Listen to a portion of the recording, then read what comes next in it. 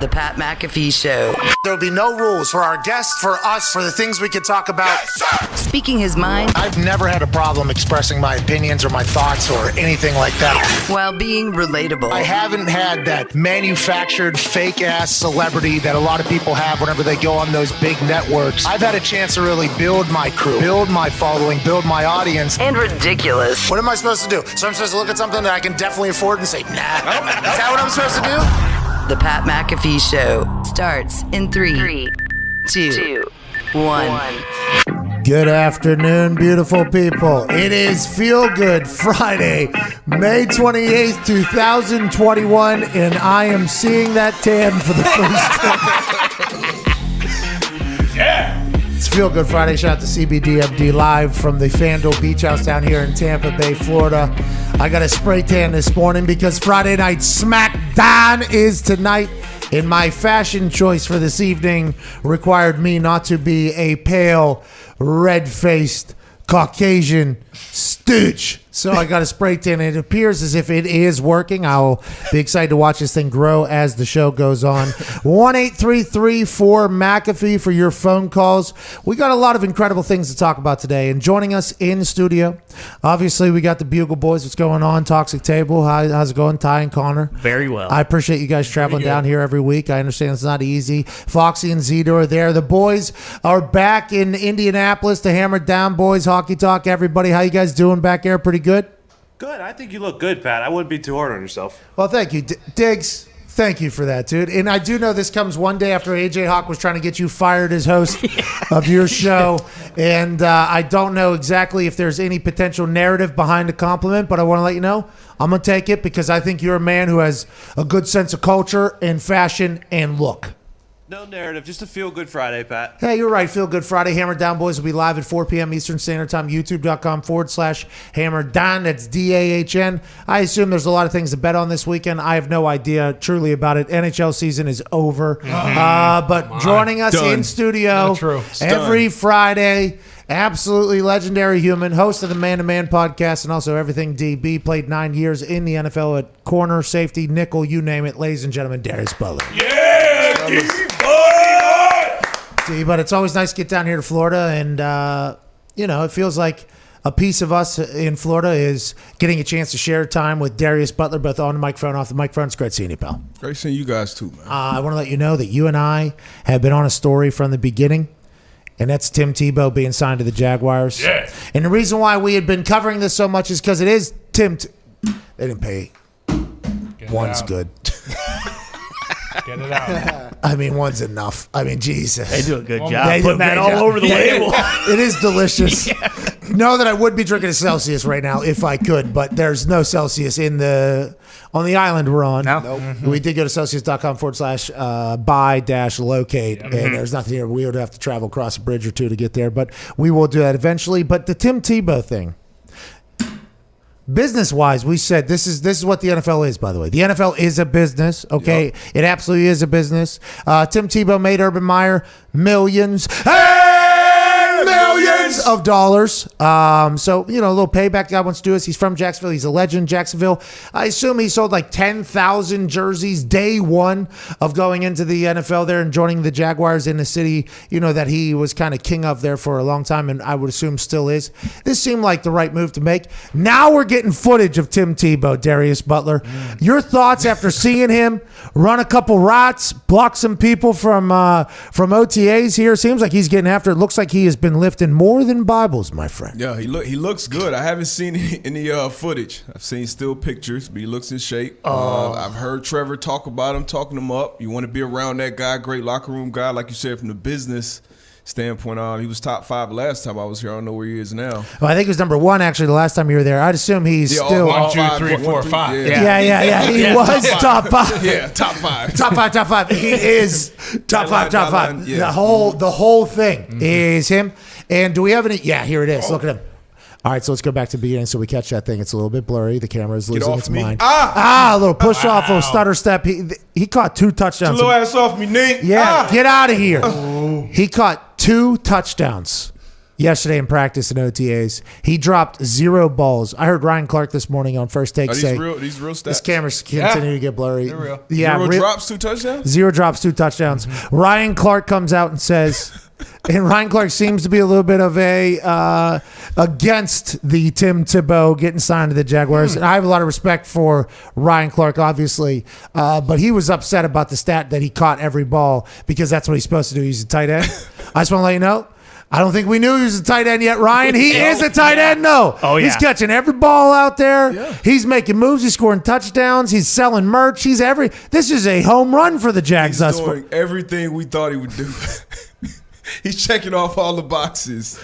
I'm just waiting for that over-under to change. It's still at 12? For yards, 16 or something. No, it might have been 12 yards. Okay. It might have been 12 yards. That in route. I mean, Darius Leonard is going to eat Tebow's lunch if he steps on the same field as the Colts. I think that's what Ryan Clark was referring to. He saw that clip, and then he was like, okay, all right. Yeah. So We must be watching something else. yeah, well, that's what I'm saying. Look how fast he gets out of that break. I mean, Let's just talk about his pad level, first of all. Okay. He was low. He was low on, who was that? Who was that? You That said that was was Rob. Nink. You said Yeah, that was Rob Rob. Yep, Ninkovich. get off me. Rob Ninkovich Ain't is been on that pad. scrimmage. And he gets, look at the bend, you know? What bend? The athletic Right there. That, now he's potentially getting washed right into the ground there. But he is Tim Tebow. He's coming up, pushing him off. This is what, his third day playing tight end? Yeah, it's early, man. We're getting to see a fawn take its first steps here. Nice, so nice he's tuck. 3,000 days maybe. And then he'll be on okay, now this guy's a 4-string tight end. What is your deal? Look, I've been on the TV guy- train until I saw this.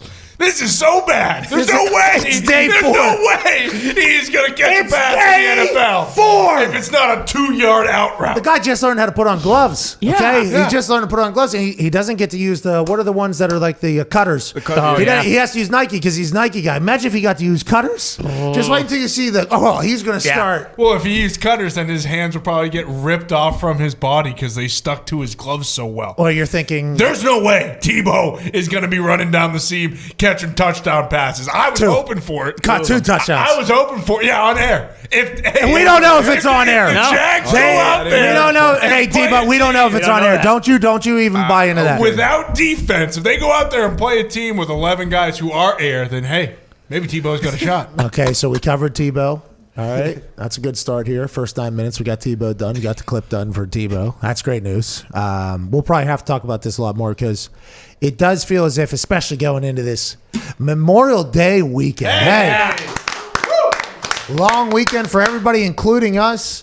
You know, big time Coca-Cola 600 on Sunday on yeah. Fox at 6 o'clock. You know, it's a big weekend. I hope everybody enjoys themselves. But here on this particular Friday, you know, the week before the June 1st deadline in the NFL contracts, and really, you know, nothing else happening. Julio is still there. You know, there's really only one thing that is different other than us getting some Tebow footage. You know what that is, Darius?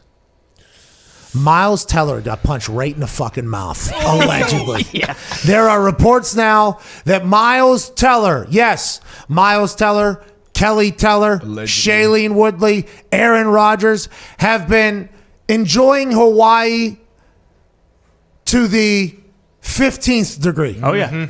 Jumping off of waterfalls, playing guitar, singing and dancing, throwing up the shakas, okay, eating, having a good time, trolling on the internet. Kelly Teller actually put out a tweet put out the Instagram post while they were learning the Taylor Swift song or something. It said something about trolling the best or whatever, okay? Then all of a sudden, Miles Teller yesterday posted another photo from them at a restaurant saying, celebrating signing with the Packers. Cheers to signing with the Packers. It's like, okay, trolling again here. Trolling again. Like, did Aaron sign with the Packers? Did Miles Teller? Is this how Aaron said you can get right? You signed Miles Teller, okay, to play a little running back? Okay, if that happens, I do believe the white privilege conversation will come to the forefront of conversations. If Miles Teller was to get signed, and that was what that tweet was alleging to, I was excited for the fallout of that. It was going to be big. Who knows what that seems like he was trolling a little bit, and then all of a sudden we wake up this morning and TMZ is reporting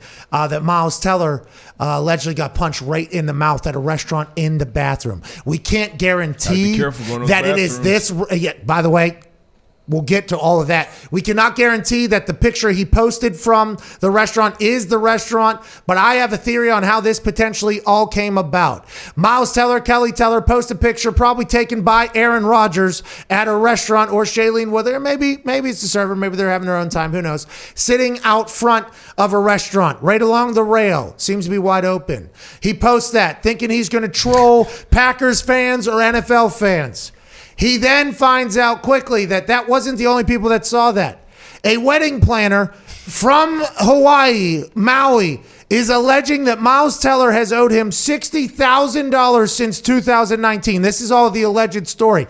He sees that photo. He goes, fuck, they're right there. His friend goes, hey, Oos, you just going to let him do it? He goes, hey, 60 grand. The guy, he's like, no, we're going over there. Goes over there, sits down, waits for old Miles to have to go to the bathroom, which he's going to have to go to the bathroom. That's right. Okay, we see him partaking. Mm-hmm. He goes in the bathroom. They punch him right in the mouth. Now, is this Hawaii fairy tale life that they have been living going to continue, or is this thing abruptly end?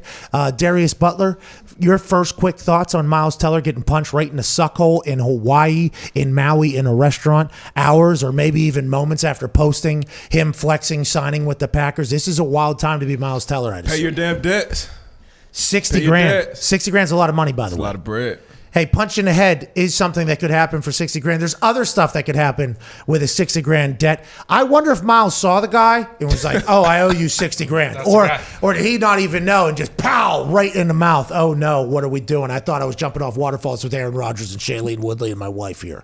Wild time. You're a Packers fan, Ty Schmidt. We've covered this Hawaii trip in depth. Oh, yeah. Because he did the Kenny Mayne interview from Hawaii. Yep.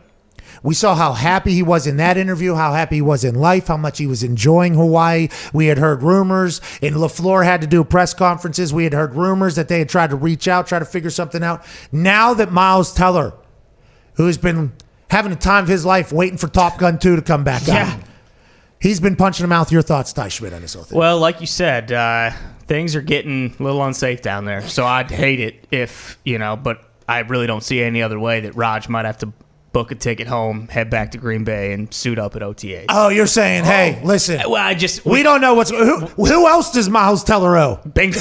Who else does Miles, if the wedding planner is owed 60 grand, allegedly, this is all alleged. By the way, my wife and I were trying to get married in Hawaii. Yeah. We love Hawaii. Hawaii is very much not a punch in the mouth place, by the way. Hawaii is a place as soon as you land there, it's actually just like, this place is fucking awesome. Like, hey, here we go. Like, it's very relaxing. You hear The Rock talk about a mana, I believe. Yeah. Oh, yeah. The mana, Yes, and everything. It's like an aura, basically. It's like you arrive at this place that is just the best place on earth. The weather's awesome. The people are awesome. Miles Teller, he gets punched in the mouth for owing 60 grand. I was going to get married over there. You don't have to, but I mean, it's very inefficient to use anybody but the local florists, okay? The local food, the local entertainment, the local everything. Did Miles Teller just not pay anybody and thought he could just skip back in there? Whoa. Because if it's 60 grand to the wedding planner, I couldn't even tell you what the floral is probably over there. I was staring at some budgets of what the floral was. Beautiful flowers, by the way. Oh, yeah. Oh, my God. The rain, the weather, the everything. The flowers are gorgeous. I was staring at some of those budgets. Miles Teller might have 2 or 3 left hooks coming back at him before he gets off that island. And this is, once again, to the point. I know we're all locked down and got pretty comfortable in our living rooms.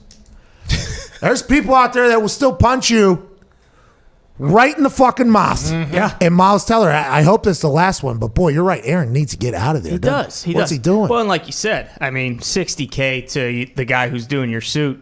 What if the caterer who you owe $250K shows up? I mean, and guess what? He ain't going to be punching you in the mouth. He's going to be doing a little something else. But we talked about this. We don't know if Miles didn't pay anybody. We don't know if this is just somebody potentially popping off, getting a shot at Miles Teller and saying, he owes me 60 grand. Could be a Packers fan. Who's just like, hey, listen, asswipe. All right. Enough with the stir in the pot. We talked about it before the show. Hey, listen.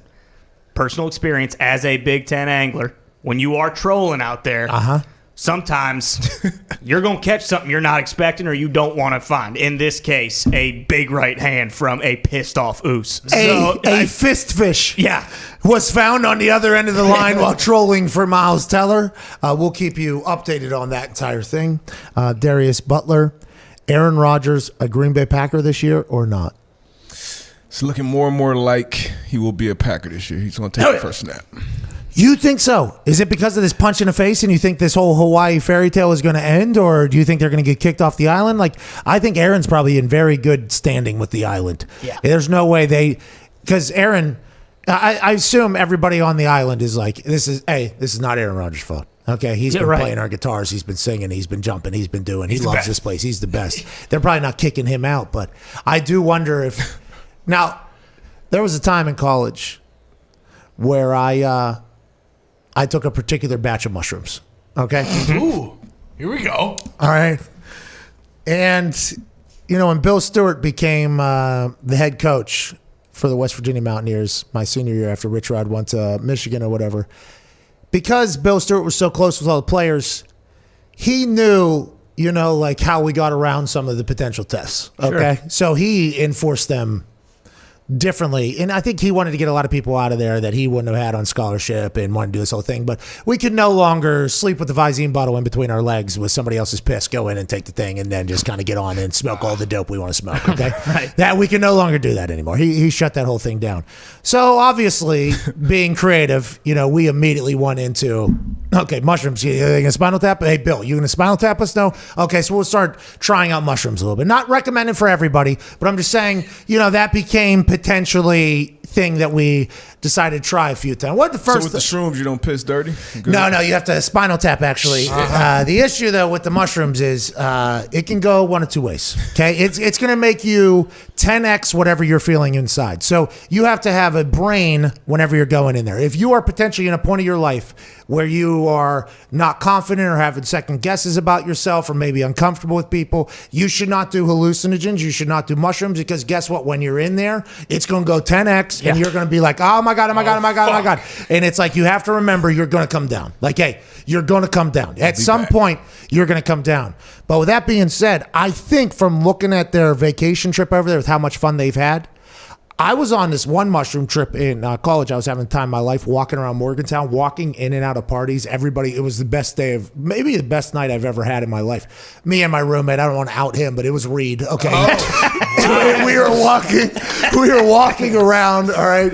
We're just walking around having the best time. And I thought to myself, I'm like, I hope this never ends. I hope this is the greatest feeling of all time. Like the body felt good. Everything was funny. Everywhere we walked in, it was just like celebrations. It was like that never happened in Morgantown. There's always some shit you're going to run into. I was like, I hope this never ends. I hope this never, I think I'm going to do this forever. This is what I'm going to do forever. We need to find said farmer that got this mushroom from the cow shit, and we need everything they got over there. We need that particular type of cow shit mushroom.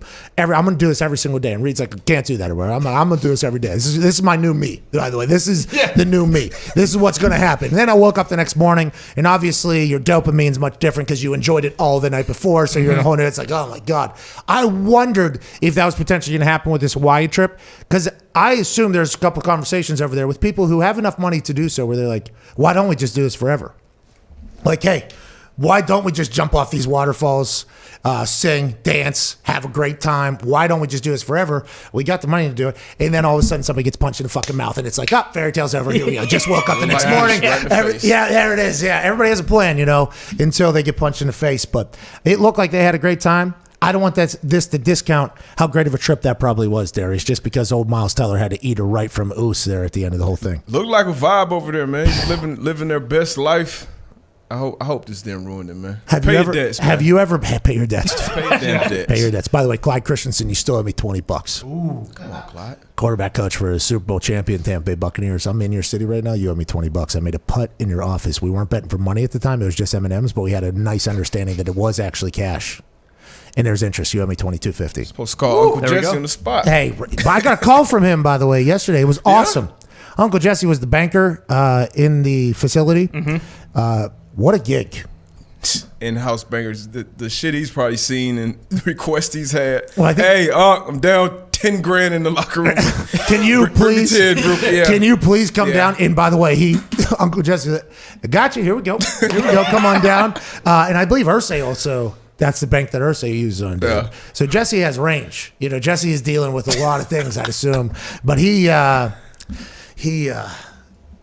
The amount of stories. Have you ever gone on a trip, though, that you never want to come back from? I assume that there's a couple trips that you've gone on in your life where you're like, this would be awesome if this was every day. It's not. It never will be, but it would be awesome. You've taken a couple good trips, I assume? Yeah, I mean, anytime you're on a good trip, island, water, like you kind of get that feeling. You're there 3-4 days, like, damn, I really got to go back. But I know some guys, one of my young guys actually I went to college with, he played probably 5 or 6 years in the league.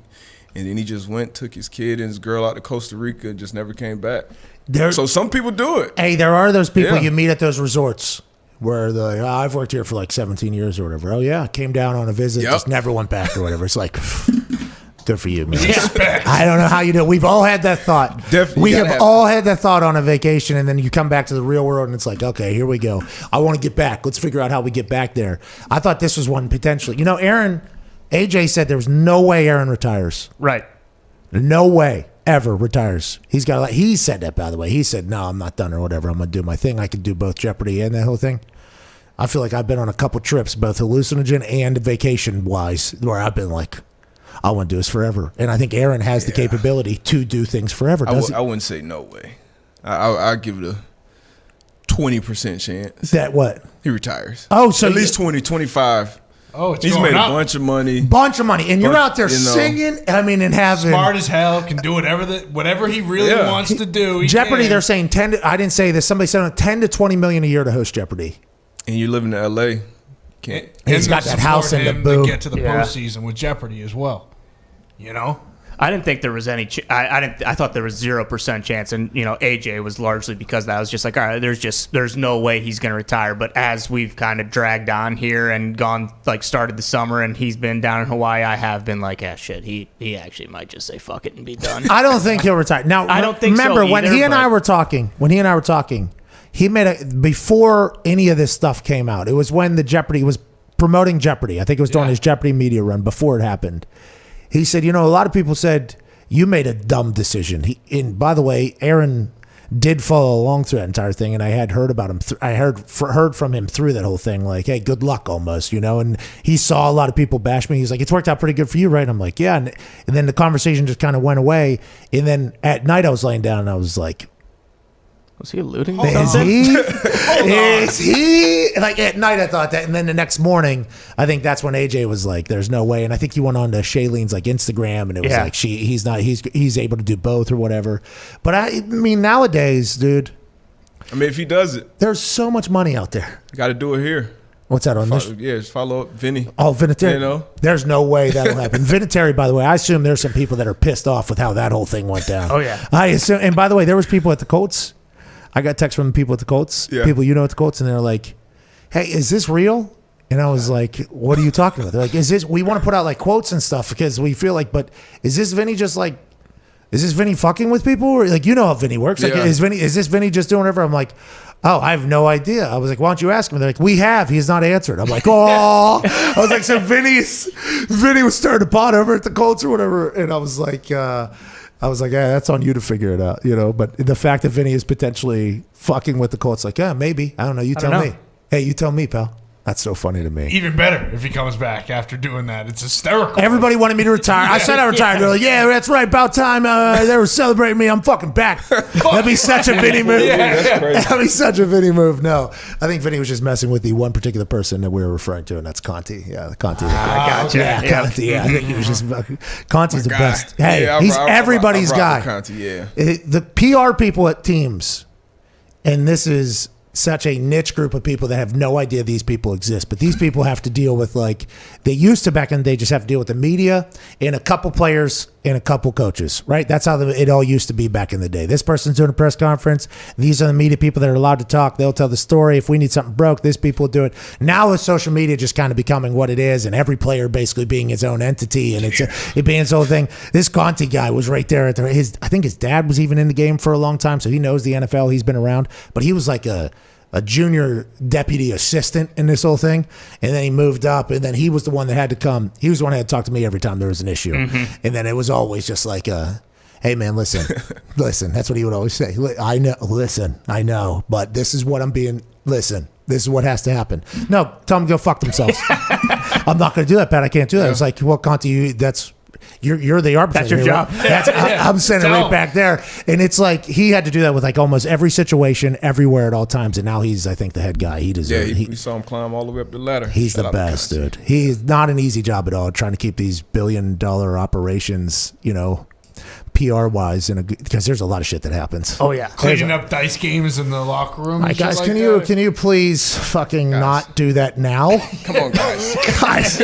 guys, there's a guy right here who just wrote that all NFL players are the worst people of all time, and now he's standing there, and you guys just move the dice game just 10 feet out of the way. Hey, he came into our locker room, pal. That's right. Saw sanctuary, buddy. Let's get to a break. The NFL is such an crazy world. That guy works in the NFL. There's a surgeon that works in the NFL. Banker. There's a banker. There's Hot Rod that works in the NFL. There's Tim Tebow. Tim Tebow is back in the NFL. Easterby. I mean, it is just Easterby is in it, running in NFL. We'll talk about the Houston Texans, by the way. Coach Dave's got no shot. No. That guy's got no shot, Coach Dave down there. He's got no shot. But the range of humans in the NFL business never gets talked about. The Colts PR guy, Conti's a good dude.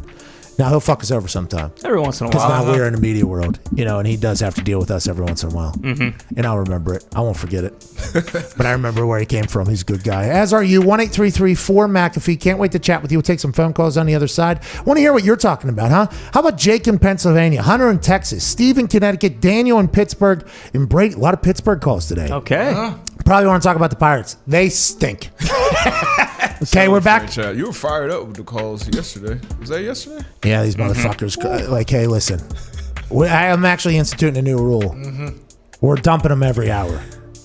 Okay. So you're like, we're done. If I don't answer, waiting on the line. if I don't answer, I'm so sorry. I don't want you waiting because I don't want to hear you bitch about waiting. Because I've also been here for that amount of time as well, believe it or not. So it's like, I understand that, but I think we're gonna dump every hour. You know what I mean? And if we don't get to you, I'm sorry. It's a good idea. Call back. I Keep think so fresh. too. Yeah, because I do understand how they are potentially like, I waited here for 3 hours. It's like, cool, but nobody promised you were going to get on either. No. But it is a give and take relationship. And here. also that way you don't have something like, oh, well, I was going to ask, but you guys covered it in the first hour. You have to fucking come up with something new when the time's right. And by the way, if we did cover something, unless it was happening, we were covering it while we were answering your call, you had at least, 5 to 10 minutes to think of something. For sure. And if not, by the way, just go ahead and hang it up.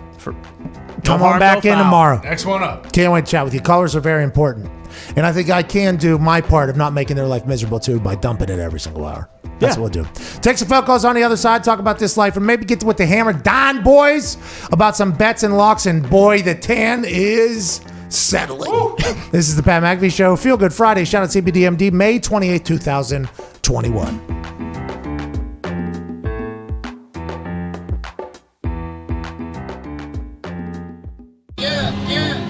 Don't want a Porsche, don't want Ferrari. I want a Grizzly, I want a Harley. I want a 446.7 pound stroke diesel F250 with a lift kit on it. I want to hop off a plane and just land somewhere. Have a farm or some land somewhere. Couple cows, couple dogs, couple barns, and some brand new green John Deere. I want to make them all mad. All of the people who told me I'm whack. Rolling my high school reunion, I'm wearing all black. Cowboy boots and a camo hat. Whole lot of jewelry on. Whole lot of Grey Poupon. Don't know what you be on, but I be gone.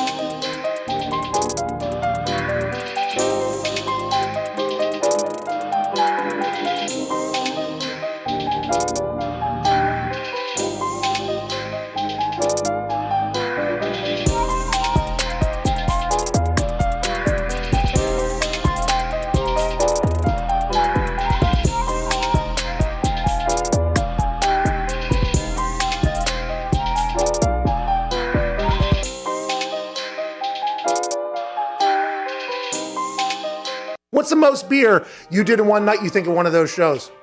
Well, I never forget when we went to Japan one time. Dudley, Stacy Keebler. I mean, there were so many people out there. I think we went through 103 or 108. Now, between just for myself, I'd always make sure to have about a 12 or 18 pack there. And, here's the thing when some people say, oh, shit, man, you got too much of that beer on. You don't even know how to drink beer. It's like, dude, fuck you. You don't know what I'm trying to do.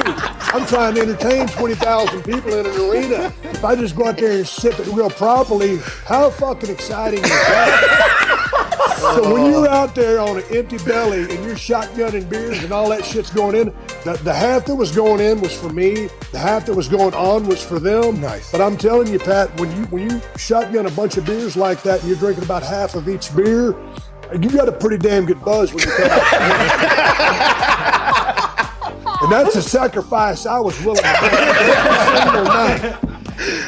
I would assume you were pretty fucked up, yeah. When did you start self-cheersing? When did you start self-cheersing? Was that something you did in college? You're like, hey, Steve, good for me, man. Like, when did that start?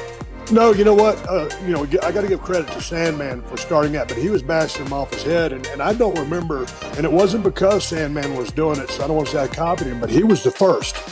So, and then my style was, because people always get us confused, they'll say, yeah, man, you used to bang them on your head. No, motherfucker, I was the guy that clacked them together. It was just something we came up with. Is the Pat McAfee Show on Sirius XM Mad Dog Sports Radio. We thank you for taking the time to seek out this small regional show that streams internationally. Here's Pat and the boys. We're back live from the FanDuel House, America's #1 sports book.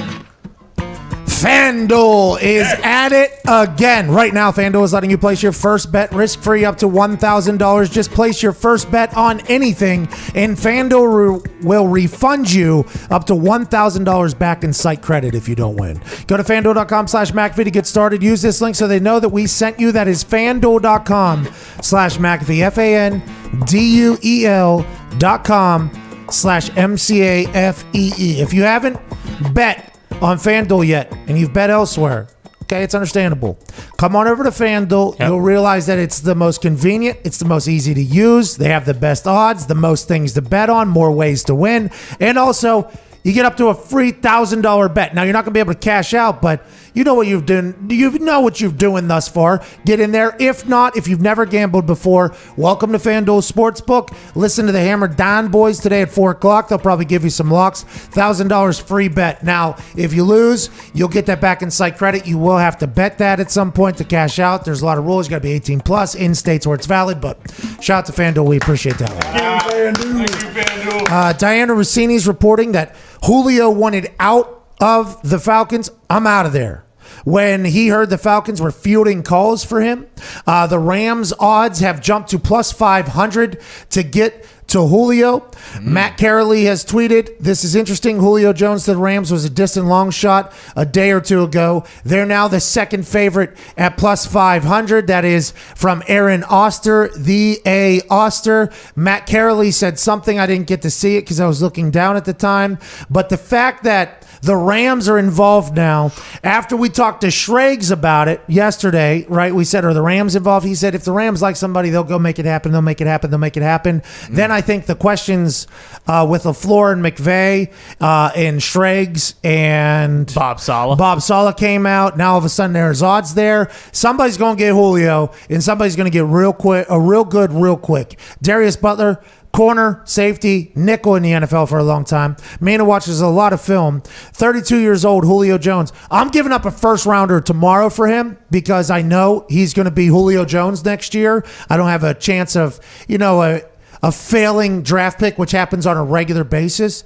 Darius, why is Julio Julio? Is Julio still Julio? And why are teams not sending everything to Atlanta to get him right now? I don't know. I'm right there with you, especially if I'm a team that's a dynamic weapon away, for competing like the Colts. I think, you get them there. Like, they got a good 2-year window to really make a run and win this thing. But, Julio, he's big. He's fast. He's quick. He's dominant at the catch point. He's literally everything you want in a wide receiver. Obviously, he's aging. Missed a bunch of games last year. So, that can scare some teams away. But I think you get him in that locker room, man. He definitely changed the defense. He changed where that post safety is going to be. Over his entire career, though, I don't think he's missed a bunch of games. Last year, I guess he did. And then he came back at the end and played well, by the way. And you would have to think that potential spite year here for Julio, right? Like if they said Matt Ryan's contract is cool, we can do that. It's $100-some million, but we can't do $17.3 million over the next 2 years for Julio Jones. You got to think there's at least a little bit, and the whole Diana Rossini's report, which we're not sure, is when he heard the Falcons were fielding calls, he was like, all right, I'm done with this place or whatever. And this happened a couple years ago when there was a contract negotiation. He took the Atlanta Falcons completely out of his Instagram, but I feel like a spite year from Julio is going to be awesome. And if we take the alleged illegal phone call with Shannon on TV into play, he said, I just want to win. So I think he's like at the point where he's like, listen, I got all the records. I'm number 1 in yards per game in the history of the NFL. I'm number 2 in the amount of yards in the first 10 years, about right behind Jerry Rice or whatever. It's just, I feel like he is at the point where he just wants to win. And if you're a team that's going to get that, what a day. Like, what? Imagine the Browns getting Julio Jones. It'd be dangerous too. Whenever you see a lot of players come out recruiting another player, that lets you kind of know where who that guy is, how he's respected around the league. The writers, the guys, they don't matter as much as the guys out there got to play with them or against them. So a lot of people recruiting him. I saw A.J. Brown recruiting him. Oh, yeah. Guys from the Ravens, the Cardinals, big-time receivers recruiting him. So it'll be interesting to see where he lands, man. Go back to what you said about the safety in the corner. So let's say let's go with the Arizona Cardinals. Yep.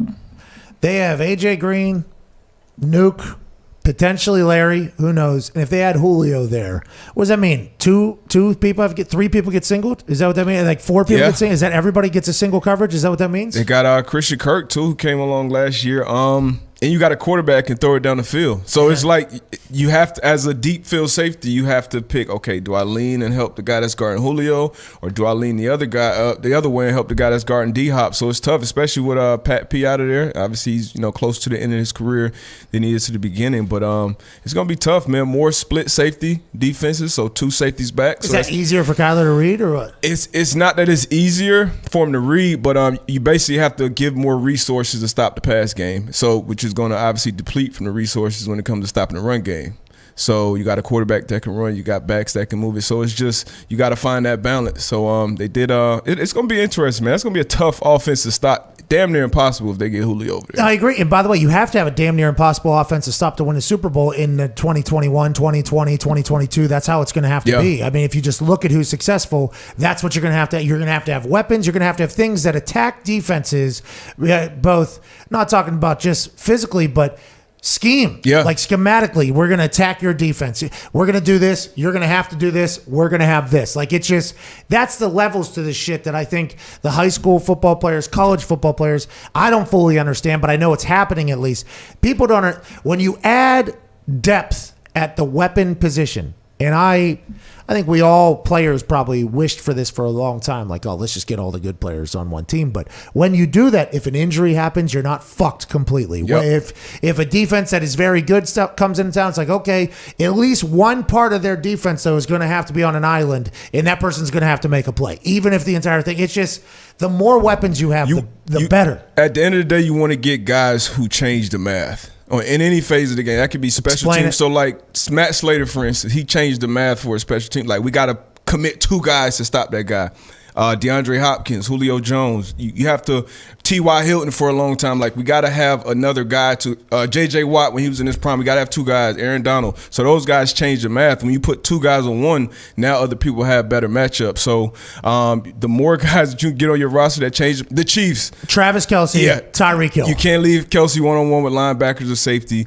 You can't leave Ty Hill one-on-one with corners. So you gotta pick your poison there. Gronk, Evans, Godwin, Antonio Brown. All these guys, all these guys. And obviously, quarterbacks do, but that's a given. But and then you got a guy like Kittle who he's just as dominant in the run game as he is in the pass game. So once again, that changes the math for a D coordinator. How do we stop him? It'd be dope if the Niners get involved in that. Go ahead, Connor. I was going to say, that's another team in that division. Like, that's probably, it makes more sense why the Rams are throwing their hat in the ring, because they look around, see the Cardinals, see the Niners, even the Seahawks. Like, shit, if one of these teams gets them and we don't, there's no way we have a shot against an offense with Julio on one of these teams. Stooge Fox back there was clapping as soon as he heard the Rams were getting involved. And not because he thinks the Lions are going to win, right? No, it's because he's getting a chance to see Matthew Stafford, right? Ain't that right over there, Fox? Yeah, I think Matthew Stafford and the Rams are the closest I'll ever get to winning a Super Bowl, so I'm all in on them this year. All in. That's fair. Go to L.A., Julio. If they get Julio, Stafford's got no excuses now. You better win a goddamn Super Bowl, or you play with Calvin and then Julio Jones. They didn't win a playoff game. Yeah, that's very true. Very true. With that. Wait, no playoff wins for Stafford? No. No. He got there 3 times, lost all 3. Damn. Yeah. Yeah, I know. That's tough. I know. Believe me, because I've gone to bat a lot. I've been like, you guys just haven't seen Matthew Stafford play. Wait till he gets to the Rams, an organization that wants to win. You know, coach is going to do it, set him up for success. Everybody fires back. He has no playoff wins. What do you even? I'm like, well, you just haven't seen him play. Yeah, you haven't seen him play. You haven't seen him play. He had a top 10 defense once in his career and won 11 games. So that's and then what happened? Lost in the playoffs. No he playoffs. lost in the playoffs. Can't have it. See, Can't have it. He learned from that, though. He was hoping one day we'll get back to that point. They still haven't had it. That Rams defense. Hey. They lost some pieces, though. Who? They lost John Johnson. And? They lost Hill, slot defender. They lost Staley. They lost the D coordinator, Staley, to the Chargers. So it's going to be some moving parts over there. But I think what they lose on defense, they can, especially if they get Julio on the offensive side, they can pick it up. Remember, this isn't you have to stop the other team every time anymore league. This is hey, you got to get a stop when you need a stop type of league. Like fourth quarter, when you need a stop, gotta have it. It used to be like, hey, we're gonna pitch a shutout or whatever. That ain't gonna happen against some of these teams. They're gonna get theirs. You just gotta get yours more than you get Gatto. But at some point, you got to get a stop. That's just like a lot of people say. And I started recognizing this theory happening because a lot of people say can't punt this game or whatever. It's like you can punt, but like in critical moments you can't punt. Like fourth quarter, can't have any punts. Right. Like if you can't be punting in the fourth quarter, can't be punting at the end of half or whatever. Like there's critical moments you can't punt. And I think that's for defense as well. Like there's moments where your team's going to have to get a stop. Can they get a stop? If the answer is no, you're fucked. Packers, Tampa Bay, 4th and 1 or whatever, 4th and 2. Yeah. You have to get that stop there. Right. That's a stop you have to get. Instead, they get a touchdown the other way, completely blows that game wide open. What do you have, though, Ty? Do you think that Julio's ultimately going to go to an AFC team, though? Like, they keep saying they don't want to. Because, you look at this, and it's like, okay, if you can a second and third or whatever, it's like the Packers should have offered that yesterday. You get him on one side and Devontae Adams on the other side. Like, guess what? I think Raj might come home. But do you think ultimately they're just going to, like... He's just going to end up going to the Patriots because they're in the AFC and they don't want to deal him to a team in the NFC? Allegedly, reports said that they would give him to an NFC team if the price was right. So what would the price have to be to have to stare that down? You got a first year GM too, so he's got to get it right, and that's probably why he's pissed off about that call too with on Fox, but because they kind of lost some leverage. What have you heard about that? Man, that's some. He had to have known. He had to have known. When I heard it, I'm like, he had to let him know. Because if I call you between 12 and 3, was live. Like, I know that's your show, but shit, you still got to tell. Hey, we're live right now. We're on. You know what I mean? So I don't know. That was. If he didn't know though, you can't respect that. That's pretty fucked up. Yeah, it's just like on sideline when you're mic'd up. Yeah, exactly. Hey. Exactly. I'm the fans today. That's why I don't think. That's why I don't think everybody. Like Shannon Sharpe, I feel like had a lot of respect from a lot of people, including a lot of my respect. I've never met him, but if that happened, I could see how some people would be like, "Oh, it's like that." Like, I feel like we gets much smaller. Feel like we just learned a lot very, very quickly. You know? I mean, I definitely still respect him, but of course, don't can't respect that move if that's how it went down. He's just full media guy now. You know, like that's which, by the way, he is. He's dominant. He is. He's dominant at media. Force. But it is like the mic'd up thing. Not that I should talk at all, but it's just like I have been in that situation where somebody has called me Pac-Man called me, and we had to mute the mics. And I say, hey, I am live right now. Like, there's no way Pac knows I'm live.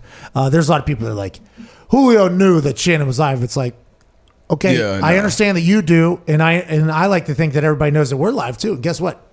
Some of my closest friends lot of fucking people call me at don't. 1 o'clock. I'm like, yo, you are the worst friend of all time. What are you doing? I am live right now. Sorry, dude. I don't live. Oh, sorry. I'm sorry. Okay, all right. But it's just like. And Julio receiving that phone call too. He's like, "Oh, he must be on break or something like that." Maybe I don't like. I'm guessing like he has. I mean, it's not like he's keeping up with Shannon's schedule. It wouldn't be surprising at all if he had no idea that's like, oh, he's doing undisputed right now. Like that wouldn't. That was be this surprising. week, right? Yeah. That was a massive happening of this week. Massive. It happened on Monday. Yeah, Monday. Yeah. Yep. Especially with how like I feel like reserved and quiet Julio Jones has been throughout this whole entire process. Like if they were shopping him during the season and that's when he found out and he's been upset since then, like I feel like he would On have the said flip something. side, though, it could have been, gimmick. could have, hey, let's get the word out. That's what I thought. call you back. Hey, I'm live on air. I'm live on air, nephew. Hey. Bam, call anyway. Yeah. That's So, what I think he had to have known. Yeah, we'll see. I hope so. I'm with you. I hope it went down that way. Let's go to Dan down there in Pittsburgh. What's going on, Dan? No. Uh-oh. What's up to you and the boys? Happy Feel Good Friday. Jay had to turn something on, I think, back there. Hey, Dan, we didn't hear the beginning of that, but it is great for Feel Good Friday here. Shout out CBDMD. What do you want to talk about, Dan? I just want to know what your thoughts of maybe Urban Meyer bringing in Trevor Lawrence to kind of take some of the spotlight. I mean, bringing in Tim Tebow to take the spotlight off of Trevor Lawrence a little bit, let him kind of grow as a quarterback and not have to worry about like the circus in front of him. Dan, you like the Jaguars, or are you just a big fan of sports? I'm just a big fan of sports. All right, we appreciate you, Dan. Yeah, I do believe Tebow's taking a lot of the shine. Now, Trevor has to answer questions about him and Tebow and Gardner Minshew potentially having a package together and, do this, do that. And Trevor is obviously been primed and prepped for these types of situations and always says the right thing, it seems like. That is kind of what he's always done. Not that he doesn't believe it, but I don't think you're ever going to catch Trevor Lawrence out of pocket speaking about something. But I do think Tim Tebow coming in is quite a spectacle that might be able to let the number 1 overall pick, the guy who's been called the number 1 overall pick since he was in 8th grade, kind of get to work and kind of do his own thing. Your thoughts, D-Butt? Yeah, I mean, I think that was part of it, and I don't think they planned for that, though. I mean, you knew what's coming. If you sign a Tebow, you know what circus is coming along with it. So that part of it's not a surprise. And honestly, the only reports I've seen from Lawrence since they opened OTAs was him talking about Tebow. So it's working. Yeah, it is absolutely. Trevor Lawrence, like, okay, I got to go talk. They're not going to ask me about learning the offense. They're not going to ask me about any of this. They're going to ask me if I've thrown any touchdowns to Tebow. I've thrown 2 of them, man. 2 of them hasn't actually. dropped anything. Hasn't dropped a single ball, and he looks absolutely fucking stacked, dude. He was doing a fitness Q&A on his Instagram Live, which maybe if the Butler Fit fam had a little bit more, they could do that, answer some questions. Yeah, he's full keto, this guy. Full keto, full workout, full animal. He's moving bodies that are holding pads. He's catching balls. You're looking at Tebow, dude. That's what you're looking at. Keto my ass. What's that? He was in that clubhouse. I don't know. Oh. You think he's on a juice? I didn't say it. Hey, you did. Needles. Well, none of us was. What? That's what he's saying. Not in the NFL. You can't have that in the NFL. I didn't say it. Oh, you're saying in the clubhouse of baseball, they have like the scientists that are always ahead of the testing. We saw that in Screwball. Yeah. Tony Bosch. I gotta try keto out. I gotta try some keto. Yeah. By the way, that's dedicated. That's Tebow keto. By the way, that is. I did keto there for a little bit. It does cut you up very fast. Not that you need it, but I'm saying if you're a stooge, it does cut you up very fast. As soon, and I'm talking within 5 to 10 minutes, as soon as you decide to have a carb, everything that somehow was no longer on your body just grows back. Like, oh, we're back. Okay, it's like spring. Yeah. Like everything's growing back out. And then you can't stop eating those carbs either. You get into a full Ezekiel Elliott, give me every carb that I can possibly get. I think he's been able to stay focused. So you could never go full time. What is it? Just meat and veggies? It's just nuts. Super. Yeah. Everything that's good is out. Meat, cheese. Everything that's good is out. You can get bacon, you know what I mean? You can eggs, avocado, I believe in there because it's good fats. There's a lot of good foods that you can have, but like sweets are very difficult to find. So if you have a sweet tooth at all, it's very difficult, especially with all the savory shit that you have to eat with meats and stuff like that. My wife actually concocted a cookie that somehow only had like 1 gram of carb per. Best cookie ever. And it tasted very, very good. I was thinking about taking it to market Because I have a bad sweet tooth. Bad sweet tooth. Always have. That's why I like the intermittent. Huh? Right there with you. Yeah, man. It is. I don't know how people don't. Yeah. You know what I mean? It's tough. Cookies, ice cream. You're a candy guy? Oh, not Willy Wonka shit. I'm chocolate. I'm both. I don't do the Candyman like the. Okay, you don't like the sweet and sour I don't like type that. shit? Okay, I don't do all that shit. I do. Give me Reese's. Okay, I'm a Reese's guy. Snickers, ice cream, Oreos, chewy chocolate chip, chewy chocolate chip cookies from whatchamacallit? Chips Ahoy. Chips Ahoy, like home baked peanut butter cookies. Like M&Ms. I like the M&Ms. Like I like the hearty stuff. I don't do the Candyman. Mike and Ike's. Yeah, I don't do that. Oh, you're a Wonka guy. You're a Wonka guy? I sweet too. I do it all. Still sweet, sour. Not as much. I stick to the Sour Patch, like these straws. Hey, what are you guys talking about? Willy Wonka had a chocolate factory. Yeah, but that wasn't his shit. You know, you saw the Candyman. It's on the iPhone commercial now. It's all that terrible shit, Gobstoppers. And the flowers he was chocolate eating. river. He had a river of chocolate. That was water the that was fatso dyed got brown. sucked up and got stuck in the tube. Nah, it was dyed brown. That was water. We all saw it. That was not actually. And by the way, I want the thick chocolate too. I don't want that weak shit. His chocolate is not my chocolate. Okay, I respect that. I understand that. Yeah, you know what I'm saying. Like his chocolate's not my chocolate. And he has the flour and the gobstoppers and all that. We're from PA. We're from PA. Okay, give us the Hershey's. Yeah, give us the thick. That cookies and cream Hershey's bar. That was probably my all-time favorite. Cookies and cream is my ice cream of choice, by the way, every single time with syrup on top. And we're talking Hershey's River syrup, not that bullshit amateur hour Candyman syrup river that sucked up that German kid. Best candy bar. What's your best one? Reese's. It's not a bar, yeah, but I'm a Reese's guy. What about you guys? Candy bar. I'm a peanut M&M guy. Okay. I'm not really a candy bar. I love Reese's, but Snickers. Anytime you need, it's always there. Undefeated, Always there. See, it's too much work for me. Too much. Too much. Snickers is? Yeah. It's thick. Yeah, it's too much. Reese's is just like pop. How you doing? Yeah, it is. You know what I mean? And then it even comes in its own little platter. You know what I mean? Have you had the Hershey bar that has like the little Reese's pieces in inside it? Yeah. Good texture. Yeah. Good texture. Yeah. Good They've texture. made M&M ones of those as well. That are like it's like a tall, probably, I don't know, 2x8 maybe. I feel like back in the office there in Indianapolis, we have some real candy bar people. What is favorite candy back there? Diggs, are you a big candy guy? No. I'm with you, Pat. I'm more of a salts guy, you know that. But when I do go candy, I go chocolate. I go chocolate bars. Tell you what, an underrated one is a Take 5. It's got pretzels and chocolate. And I said underrated. So good. Well, you got booed for an underrated one. Do you guys do candy in Canada? That's down there with Yeah, Milky Reese's. Reese's is the goat everywhere we go, Pat. Milky Way stinks. Yeah, that's down there with Milky Way and Three Musketeers and shit. Take 5? Trash, I should make Kit Kat M&Ms.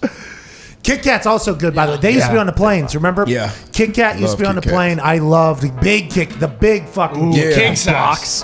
Yeah, those are good. I got an edible that was a Kit Kat. Whoa. Yeah. Chocolate edibles, dangerous. It's dangerous. We have one. I got a training camp story. Who?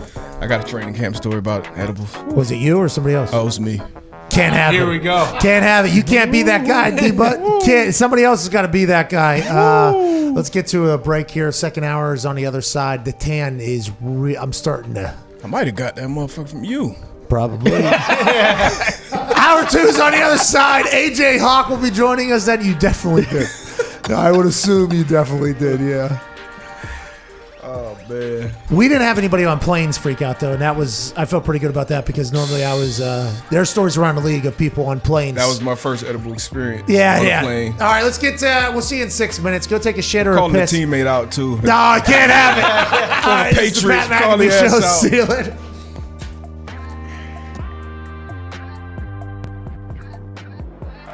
Hello and welcome to Office Championship Wrestling live in Indianapolis, Indiana. Tonight we have a straight to hell match in which the Devil will battle against our office wrestler, Dylan Boston. You might be wondering how we got here. Let's find out right now. And now we have to make a deal with the devil. Yeah, no big deal. Classic trial by combat situation. We got our champion, Dylan Bostic. All he's got to do, win the match, 1, 2, 3, and we're home safe. The only man that would take the job to protect us from the devil himself, Dylan Bostic. Like you mentioned, Pat, there's probably about 5 or 6 other guys we'd rather have in this position, but we'll take Bostic, I guess. Not only are all of our souls on the line, the Office Championship Wrestling Championship presented by Natural Light is also on the line. Jesus, the devil's trying to put Bostic straight to hell! I do not want to go to hell! Good God, no! Don't do Good it! God, no! Come on, Bostic, Pat! Oh, no! Oh, my... I'll see you in hell, Pat. The goddamn Easter Bunny's out here! What the hell's he doing here? The Easter Bunny is obviously here to help Dylan Bostic. Wait a minute. No! No! The Easter Bunny's been on the devil's side this whole time. Jesus Christ! Jesus Christ! Jesus What the hell's Christ! Jesus Christ doing here? The power of Christ is compelling Dylan Bostic. Look at this, Pat! Jesus Christ is bringing Bostic back to life! Jesus is going insane! And now Bostic's kicking wholesale ass in the ring! Jesus Christ has come to help Dylan Bostic defeat the devil and defeat the Easter Bunny. What's gonna happen here? Good God Almighty, it looks like he's going up in the scissor lift! Jesus is lifting the scissor lift! Jesus is now telling Bostic to come down from Don't do it, Bostic! Don't do it!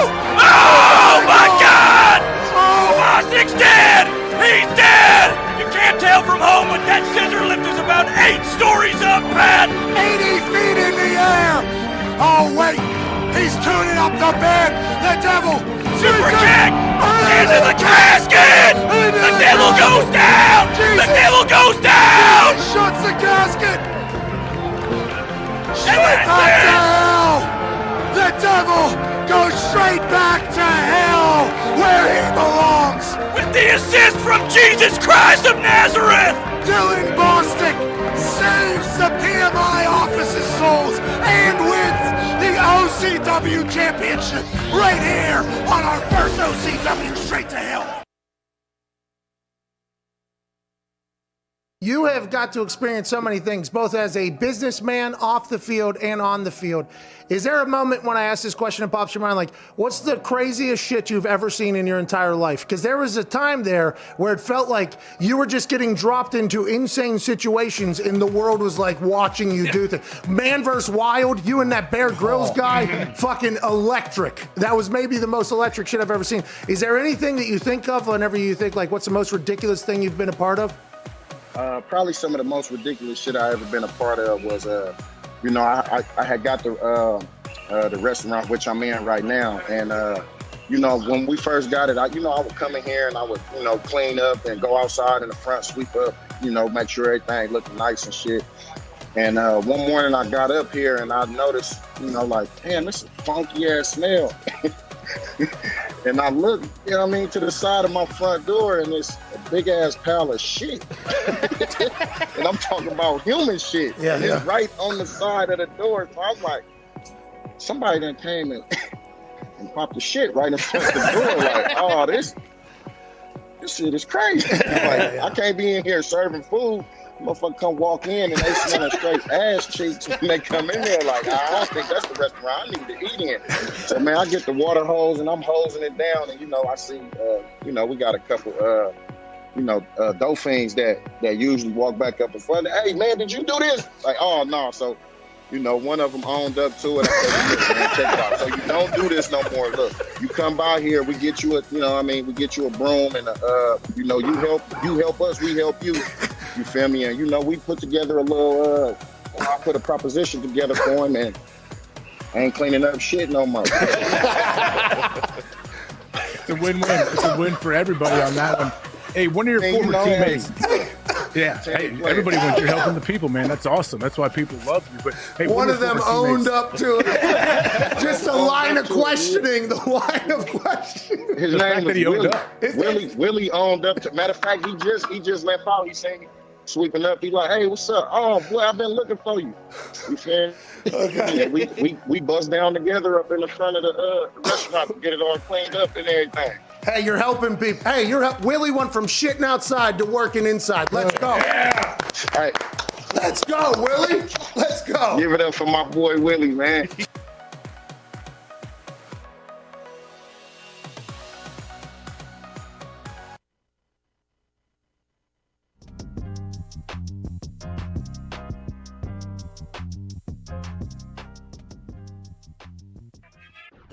McAfee Show. There'll be no rules for our guests, for us, for the things we could talk about.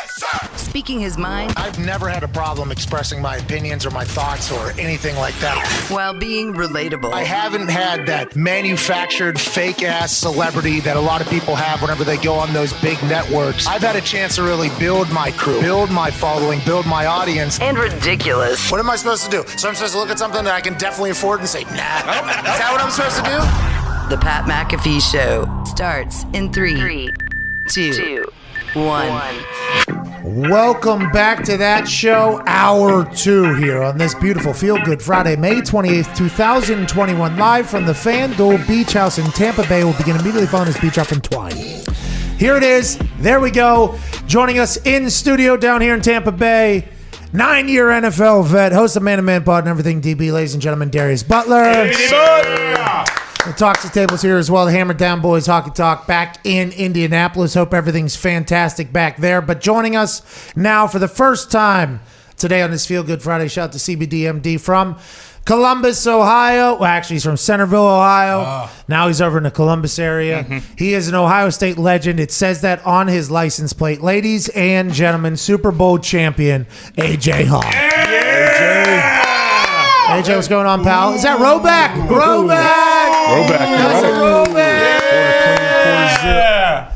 Hey, real quick. The Roback in my face. Same color. Pretty similar colors right now. Your face is actually much darker than this shirt right now. Your face looks like it got a different spray tan than the rest of your body, especially your neck and your upper chest. Well, you got to remember, my face is a different color than the rest of my body. I'm Irish white. I do have a red face on it. So it is a little change. I will shower here in about an hour or two, and I will turn a completely different tone. But I am cooking right now. I am currently baking, and I'm sure that it's only going to get more and more tan, like the equator came down and kissed me itself. But I'm excited to be here in Tampa. Big news today, though, AJ. Okay, and it's not how good my tan is and how much of an Ohio State legend you are. It actually revolves around one of your best friends getting punched right in the mouth within the last 12 hours. Miles Teller, star of Top Gun 2 or whatever the hell it is, alongside his wife, Kelly Teller, Shailene Woodley, and other best friend of you, Aaron Rodgers, and my best friend as well, gets punched in the mouth in the bathroom in Maui over a wedding debt allegedly worth $60,000 from 2019. I laid out what I thought happened. He posted this photo, said, I'm signing with the Packers or whatever, and then he's trolling. They're having the time of their lives. They're drinking whatever. Oos, who's owed $60,000 for 2 years, allegedly synced that. They're right there. Wait for him to go to the bathroom. Punch him in the mouth. Couple questions to you as somebody who's hung around Miles Teller on a regular basis in the past. How's his jaw? Did he eat this, you think? Or did he owe $60,000? Did he know he owed $60,000? And is this whole Hawaii vacation over now? I mean, I really don't have any idea. I would assume that they got into like a full-blown fight rolling around the restaurant when I heard he was punched in the bathroom. I'm sure Miles wasn't going to back down, so there's got to be some kind of footage in the restaurant, right? There is some answers there. Do you think Aaron was there? Do you think it was just... I don't think Aaron was even there. Why you keep saying like Aaron? Don't you think if Aaron was there, this would be a bigger story, and people would talk about it? Oh, Aaron had to break him up or something. You would say. Well, Aaron didn't go to the bathroom with him, but maybe Aaron was at the restaurant. We don't know who took that photo, but the reason why we're talking about Aaron being there is because every other video and photo that has come from the Tellers in Hawaii, Aaron has been a part of it, pal. That is why we. But you're right. I would assume if Aaron was there. Wedding planner doesn't punch Miles Teller because Aaron probably does a full, like, hey, what are we even doing here? Don't even worry about this. Let's figure this out. But I was going to have a wedding in Hawaii. I talked about this earlier. It's not just a wedding planner. There's floral, there's catering, there's entertainment, there's space. What if Miles Teller just isn't paying any of his debts? What the hell is going on out there, Darius? I mean, my question for AJ is Aaron more of a break it up guy or a jump in there guy? That's a good question. I think, honestly, Aaron's definitely a jump in there. He's not scared to jump in if he knows it. He's not going to jump in and try to jump in on a fight with someone he's an acquaintance with. But if he's friends with somebody, yeah, I'm sure he's not scared to get in there. Well, so I don't know how close they are. Seems like they're very close. Mm-hmm. Yeah. But I don't think Aaron should be jumping in the middle of Us and Miles Teller over $60,000 debt. Okay, when there's a couple $100 million probably right around the corner of this Hawaiian trip. I like the fact that he's like, hey, I'm gonna get in there, okay, and I'll mix it up or whatever. But I bet you Miles Teller will feel terrible at the end of the day. Hey, I'm sorry, I don't pay my fucking debts, and you lost out on a couple $100 million or whatever. I'm sorry about this whole Hawaiian vacation having come to an end. Have you been invited out there? Are they just going to stay there forever? I've been on a couple trips that I've had that happen. Do you think that's going to happen here? That they're just going to stay there? Yeah. Yeah, maybe. I mean, they don't have any kids. I don't know if Aaron's still there. He doesn't have any kids. You don't have anything pulling you back, do you? Well, that's what I'm saying. I said this earlier. You told us there's no way Aaron 30%. retires. Okay, hey, so that's what we're talking about. Rising. He was at 20% earlier. I thought after our first conversation before Jeopardy aired, so this is a long time before all this kind of became the way.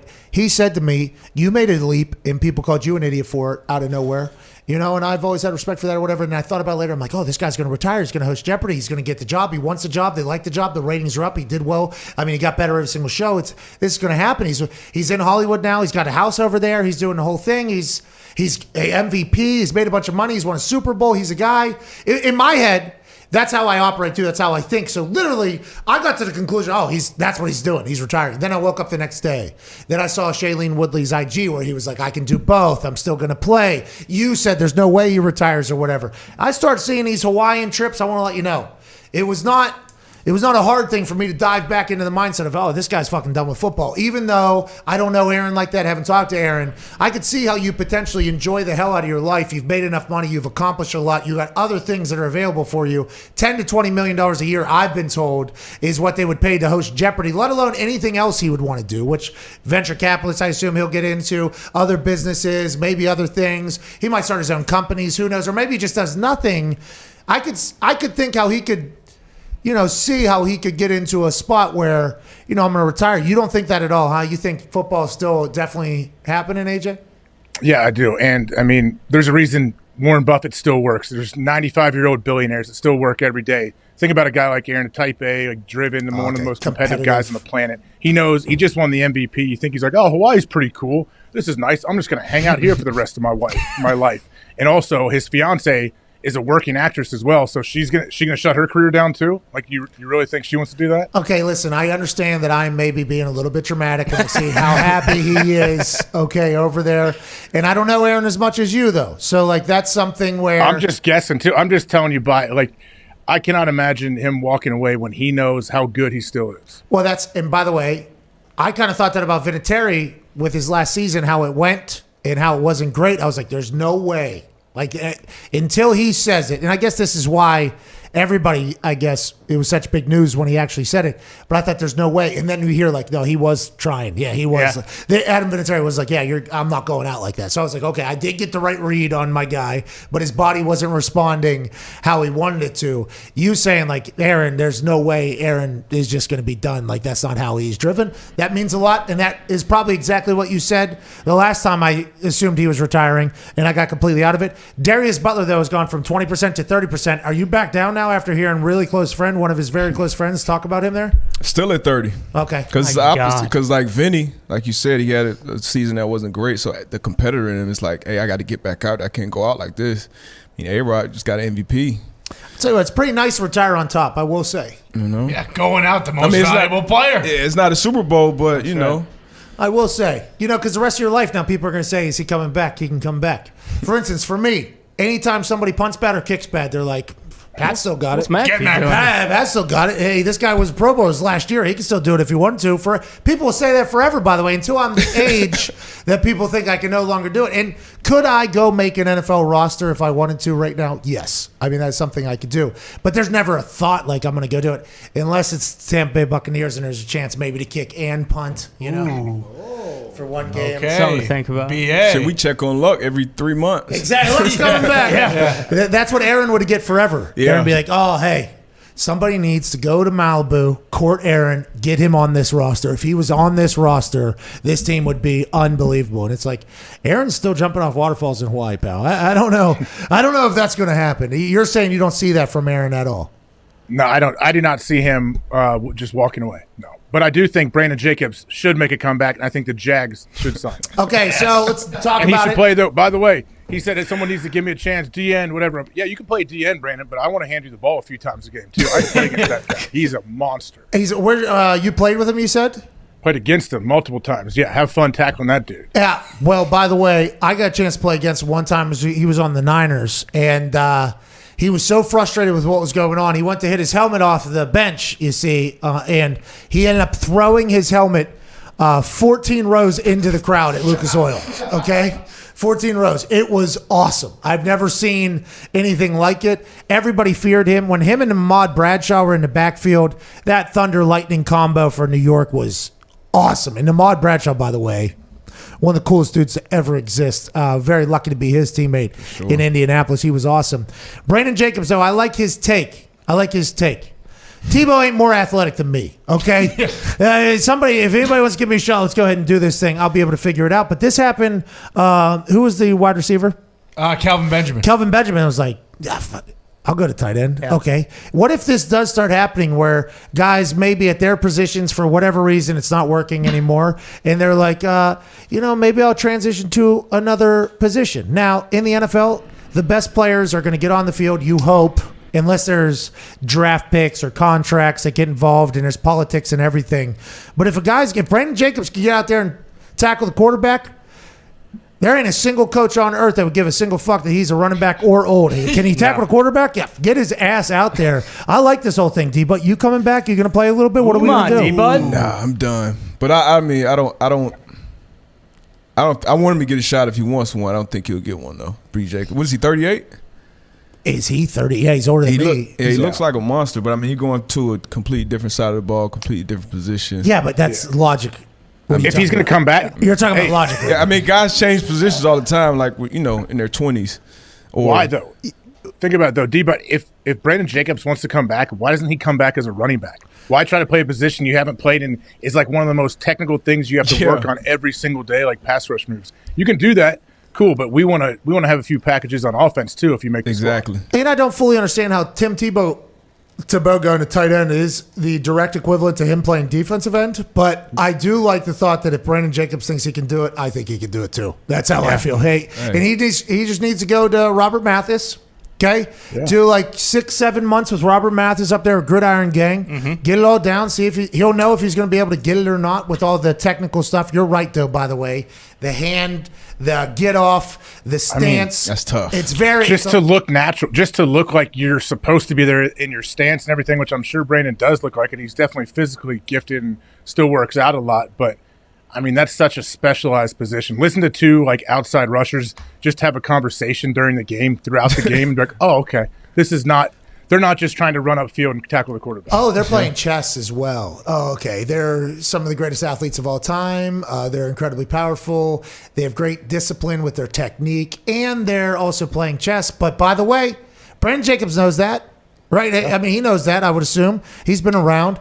If he thinks he can do it, I am not doubting him, but I do like the fact that he's like, I'm fucking more athletic than Tim Tebow. Okay, what are we? I do like that. That's potentially a narrative. Did people come after him? He have to shut his mouth after they showed the footage from yesterday's practice where Tebow just lit it up? What are your thoughts on that footage? Lit it up, huh? Didn't you say he did 0 drops, right? 2 touchdowns, 0 drops, and we saw him get off, hit a bag, and cut very quickly. Are they allowed to do 7-on? I don't know. That's why I was asking D-Bud. I think some teams are. The Minnesota Vikings have them wearing soccer goalie helmets. Yeah. But can I see that? You have a picture of that? I don't know why I haven't seen that. Look at that. Hey. Wow. Go back to pausing this, Zito. You know when to pause it. Good Look luck. at that dip, dude. Bam. Look at his shoulder. Oh! Look at the dip, the rip. That coach has no chance with that pad. No chance. The pad is a unfortunate spot to be in, and I've seen plenty of men get dumped on their asses because they weren't ready for it. I couldn't do it, by the way, so I'm not saying that I could do better, but that is a tough spot to be in when you just got Tim, Tebow, Keto, God running at you. Look at that first get-off step. That looks bad. Well, it's paused, obviously.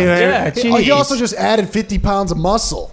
Yeah, what do you want from the guy? It's terrible. Look at that rip. It's terrible. Rip, good get off. Boom, first down. Hey, did you see that leverage, AJ? There ain't nothing anybody could do to that. Ty hit it best. Boom, first down. That's all that matters. Move the chains. That's what Timmy does. Well, and he doesn't drop the ball? No. Hasn't yet. Probably won't the whole time during OTAs. From seeing Tebow, do you guys think Brandon Jacobs, without any training, could get by Tim Tebow, or could Tim Tebow block Brandon Jacobs? That's my question for you. Hey, Tim Tebow doesn't have to block Brandon Jacobs. He doesn't. In this hypothetical, it's 4th and I 2. live in the hypothetical where all Tim Tebow does is catch touchdowns. Okay, yeah, but it's a running play. He's not blocking anybody. It is today. He's It is potentially getting Brandon chipped. Jacobs. You're saying he's not getting off the line? Is that what you think? You're thinking he's getting a shot there? I'm saying, they got there's 5 guys. There's a blitz coming. It's Jacobs and Tebow 1-on-1. Who's winning? Timeout. Trevor Lawrence got to read that. He's got to call timeout. And then they go back with the same play, and it's Jacobs. Tim on Tebow's going to have, his technique dialed that's right. in. So you're saying Jacobs is blowing Tim Tebow up without any training? Is this Brandon Jacobs post Robert Mathis, pre Robert Mathis? This is pre. Right now? Yeah, right now. No training. Him off the couch. That photo that he posted, him shredded, huge. Dude who threw his helmet 15 yards into the goddamn stands. Is he blowing by Tim Tebow, yes or no? At this point, Tim Tebow, I think, is taking an L in that particular case. But that's not who we have to compare it to. Is Brandon Jacobs able to do that to George Kittle? Is Brandon Jacobs ever able to do that to these other top tight ends? That's the real conversation. Okay, Absolutely. And so, right back at you. Is Tim Tebow going to be able to do that to DeForest Buckner? Well, DeForest Buckner's in the middle of the thing, so let's hope not. Let's hope not. But if he does get Kwity Paye out there, I don't know how he's. I don't know what he's going to do with old Kwity Paye, Von Miller, Khalil Mack. The list goes on and on there. Be all right. He's not going to have to block him though. He's in there. He's catching touchdowns and moving the chains. He's going to tight end you. Hey, why doesn't Brandon Jacobs come back as a tight end? I mean, we know he's athletic. He can handle the ball. Why not that? Yeah, why does he not want to be on offense, you think? I don't know. Because he wants to just wreck shop on D for a little bit. Yeah. I do. I'm more athletic than Tebow. There's no way. Had to throw that in there. There's a lot of people thinking that, by the way. OGs who kind of maybe still got a little athletic burst, playing against their kids and knockout or whatever like you. And then all of a sudden Tebow's able to play baseball, football, another position. I'm more athletic than Tim Tebow. What are we even? He's ready to go, though. Hey. Man. That looks like defensive end. You don't think his get off is going to be good, AJ? No, I do think it. I said he will. He was a professional football player. He was a great running back and a giant dude. So yeah, it's not like it's gonna be completely foreign to him. By the way, Brandon Jacobs saying, I ain't wearing those short ass shorts y'all motherfuckers are wearing nowadays. Okay? This ain't that. I ain't it. I thought the same thing. I ain't it. I'm wearing these basketball shorts down to my shins because that's what we do. OG around. I don't know about those thighs, skies, how shit you guys are doing now. Everybody's rolling their shorts up, by the way. Soccer players started doing it. Mm-hmm. Now everybody in OTAs are starting to do it. NBA starting to do it. I think the Hoopers started that. No, soccer players did. Yeah? Yeah. They had nobody saw it though. Yeah, nobody. I don't know if the basketball players did not see it. I'm not assuming that the NBA saw what the soccer players have been doing, but like Cristiano Ronaldo has been a thirst trap his entire life. He has his shorts. Oh, that's his thing. Gotcha. Yeah, that's like his thing. Yeah, but I love it. LeBron bought Liverpool, saw them doing it, and then brought it to the NBA. Oh, it's kind of like seeing soccer players with arm sleeves and then getting half of it done, right? Yeah. Yeah, I'm going to finish it maybe this season with the Euros or next year with the World Cup. I'll figure it out. He watched the World Cup, saw all the players with arm sleeves, tatted sleeves. And he was like, I'm getting one of those tomorrow, because Diggs is very much a what he's watching, he becomes. He has that cowboy hat on because he's Kevin Costner in Montana running a gangster family. That's what he's currently in right now. But at the time of the World Cup, because he was all the way in, he was Cristiano Ronaldo. Yeah. He was Lionel Messi. He was every player over there had cool tats. And he scheduled appointments. He got the inside of his arm completely done. World Cup's ended. He's out. The outside of his arm's still not done yet. So he needs the next World Cup to really come through. Yeah. He's going to be able to finish it off. It looks sweet, though, Diggs. It does. Thanks, man. I appreciate that. D-Bud actually told me that's what he did with his sleeve. He was like, wow, the World Cup's amazing. Soccer players? Is that why you got it? Yeah, that's exactly why. Hey, that watch is really cool. How can I tap into the World Cup? When do I watch those games?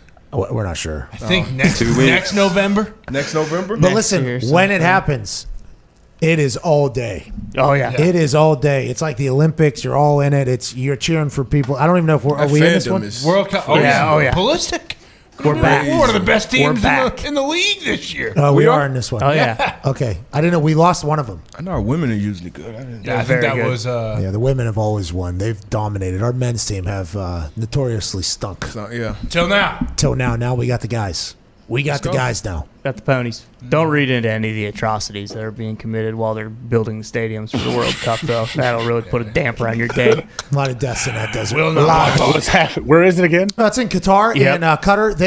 They decided that they would put the World Cup, not because they got paid hundreds and hundreds of millions of dollars to do so by somebody in Qatar,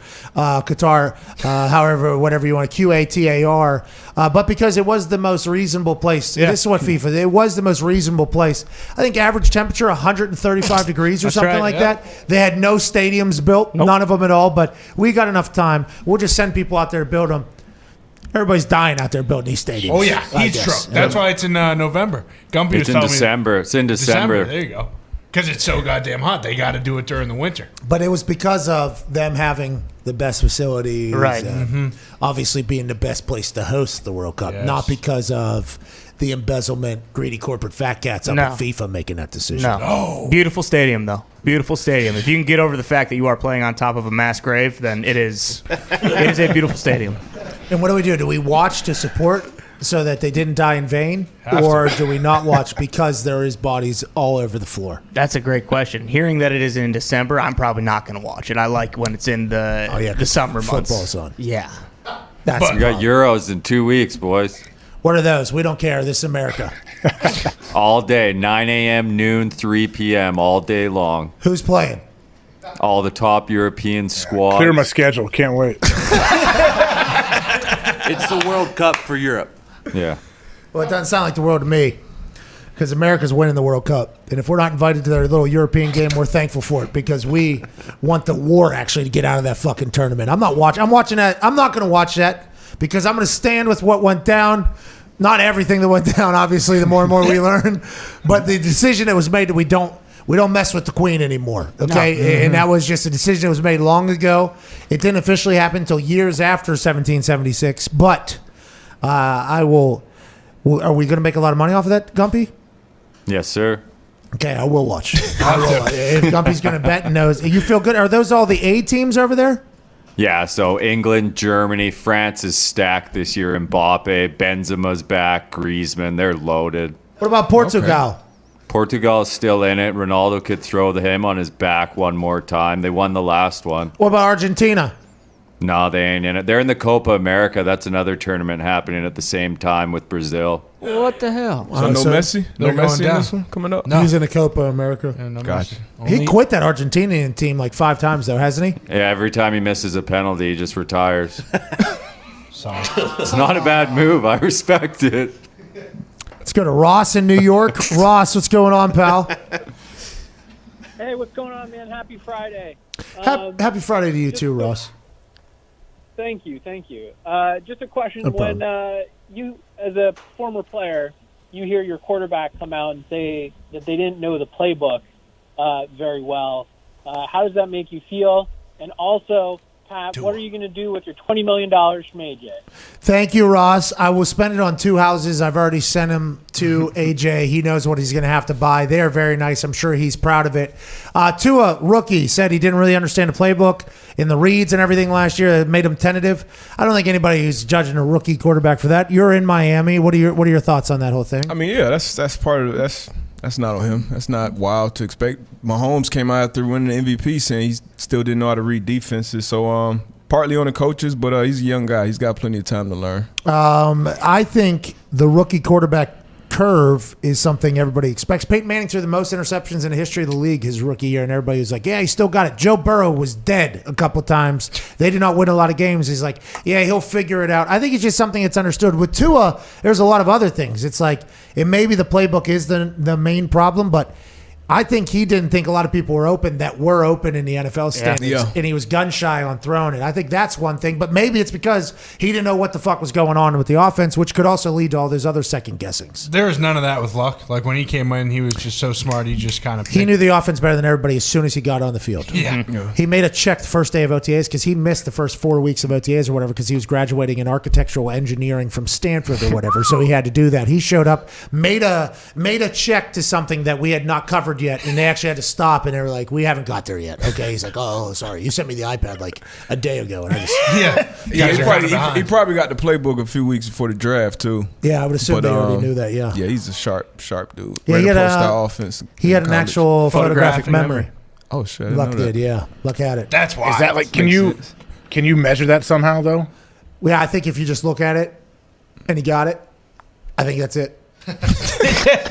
Because I guess that was what happened. Like they would show him something, and then he would just look at it. It was like, okay, it's over. Where Peyton, like he had to like continue to like. There's two different ways of like I assume schooling and learning and everything. Are you a visual learner? Or do you learn better by reading text? Like, yeah, what is it? Yeah, I'm a big reader. I like to see, not reader. I'm a big I need to see it. I couldn't read a playbook and tell you what the fuck it is. I need to see it and write it out. I need to see it and write it, hand write it out. Not even typing it does help, but if I see it and I write it, or even if I reproduce it, like that's how I learn. You're gonna fuck it?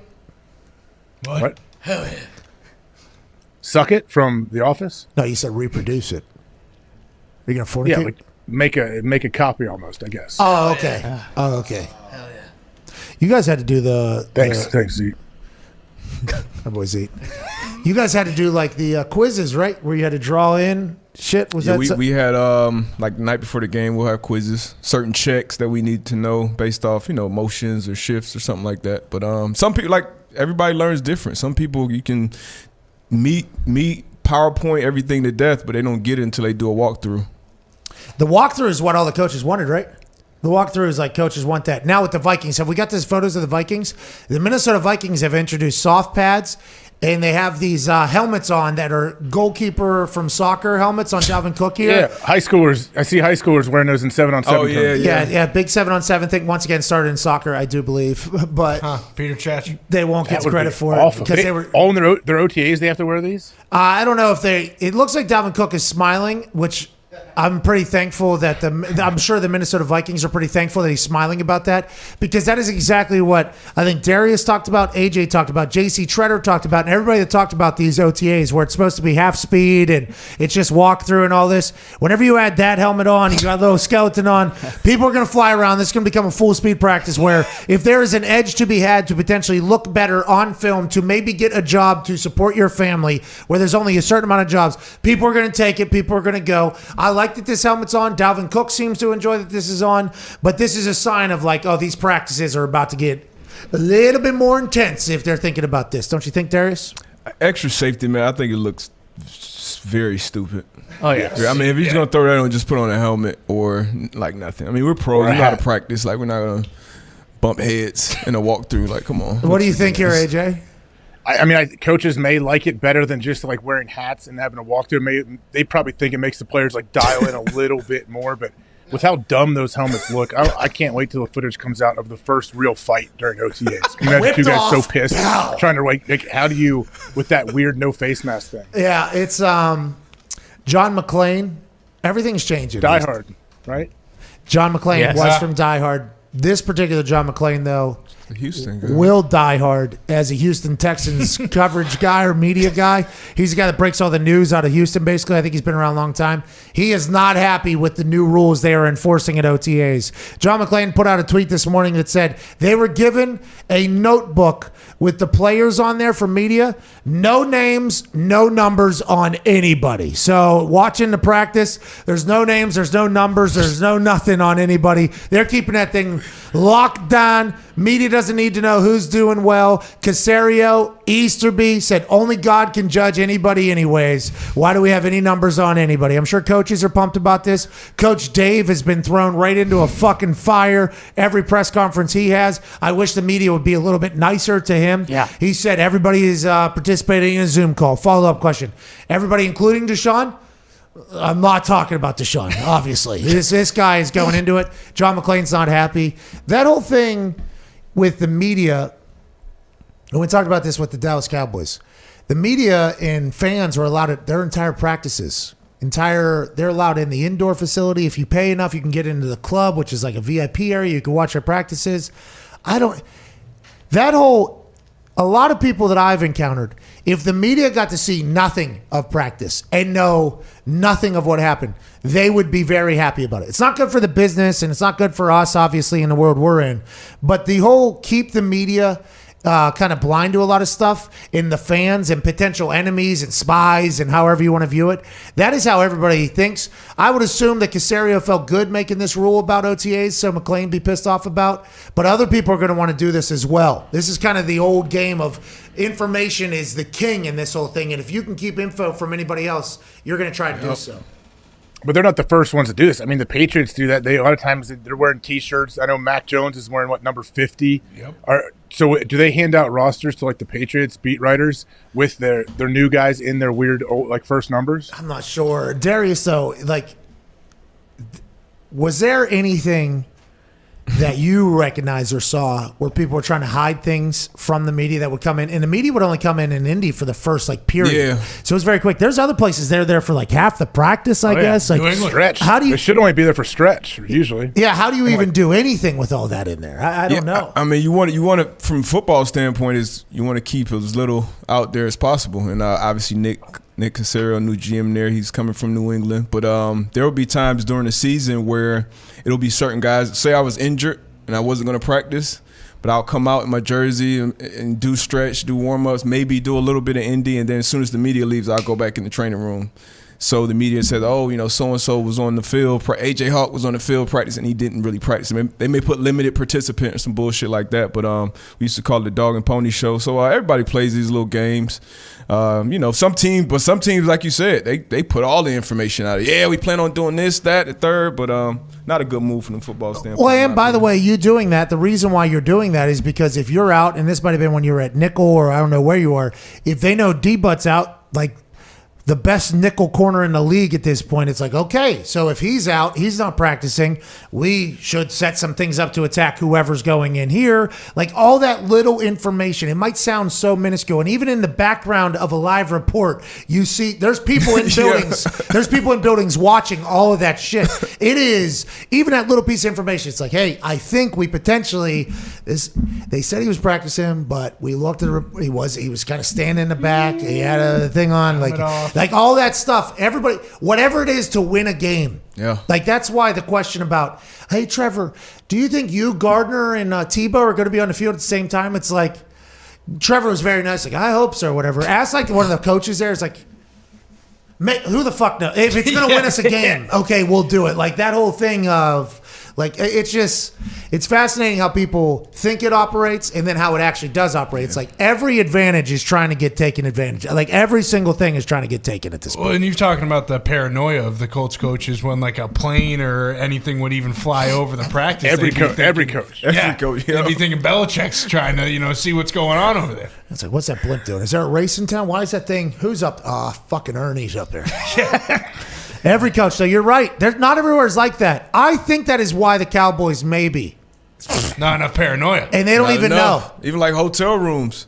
You leave a little printout or something in your hotel room, Going out to eat. Patriots may have some housekeepers on staff. Oh, yeah. Chefs, when you eat down in the team eating area at a hotel or somewhere else or whatever, if there's normally a ballroom or a room, we don't know where those chefs are at. You leave something on your table, they clean that up. I mean, shit is happening in the NFL, by the way. I don't want you.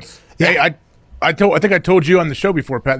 We played a team, and one of their very prominent players left his game plan in the locker, and our coaches got it, and got a lot of the signals, different pre-check, all of this stuff they could use the next time we play them. And by the way, they did. There's stories a coach has told me of them chasing down somebody's somebody's papers got blown, and they got taken off or whatever, and somebody on the opposing team who was on the sideline of the game saw one of the sheets get blown somewhere, and they were like, "Hey, go get that!" And they sprint down there, grab it mid-game. They're like, "That is an intel gathering mission is something that happens a lot." That's why I think when Spygate happened, and it all came out to be what it is, and there's more news rolling out about that. By the way, politics has made its way into my timeline again with Spygate details being released now that weren't happening then. I think you heard a lot of coaches and players okay, what they were doing was blatantly, you can't go that far, but if they can get people signals, they're going to try to do that at all costs. It's just that's why I don't think you hear as many NFL players kind of shout out about everything the Patriots have done, because they're we all still got to make the play. You still have to execute. You still have to make the play, even if you know exactly what's coming. Well, let's get to a break here. Yeah, the Super Bowl too. You didn't win the Super Bowl during that Spygate year, so it's who cares? They couldn't do it. Oh, so that's all that matters, just winning the Super Bowl? What about all the other teams that were fucking working their asses off, living everything how you're supposed to live, and they don't even make it to the Super Bowl? That's all that matters. Yeah, absolutely. Win the Super Bowl. Yeah, winning the Super Bowl is all that matters. Just win. But it is funny to think, oh, he's deflating balls, he's a fucking cheater, and there's probably some quarterbacks are let's not dig into this too much. It's not. I don't care if that ball looks like a raisin. Who cares? He still has to throw it. Yeah, you still have to throw it, still have to catch it, still have to dissect the defense.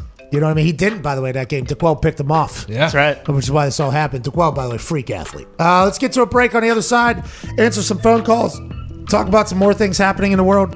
There are odds being released now on which head coach will be fired first in the NFL this season. AJ's going to be heartbroken to hear who it is. We'll talk about that and more in 4 minutes. 1-833-4 no way. It better not be. Turns out it is. We'll talk about it in 4 minutes. This is the Pat McAfee Show.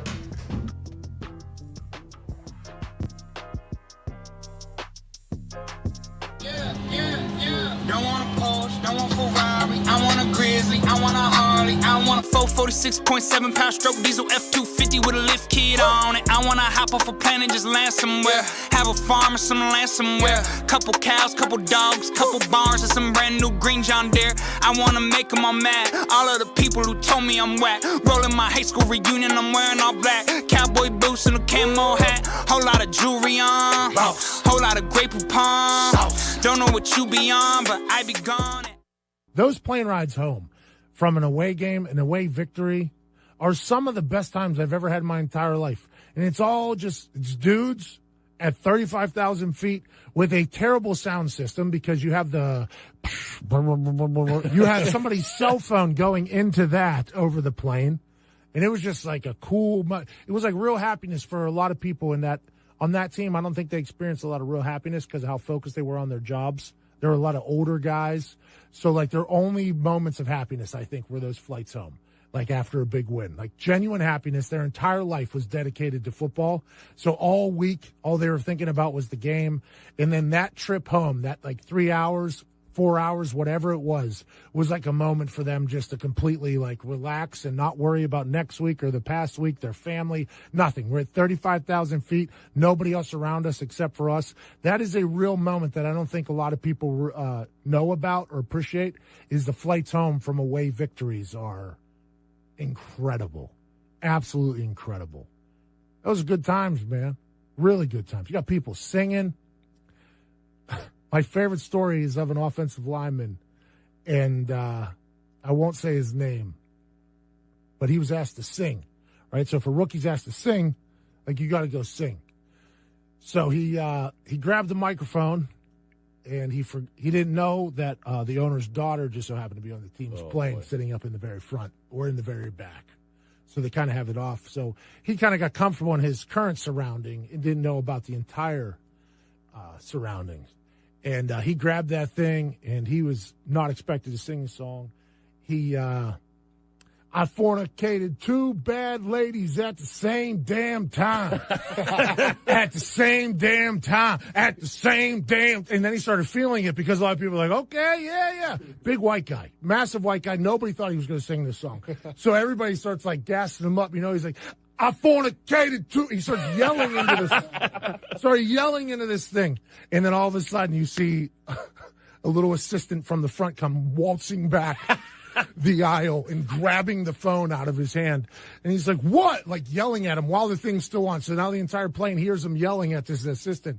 And he like puts the phone down and we're all like, oh no, like no fun. All right. They're like, Carly Ursay's on this plane. We're like, oh. Everybody just puts their headphones on, sits right back down. Just an hour and a half of silence. That kid thought he was getting cut immediately off the plane. And he did. And he did.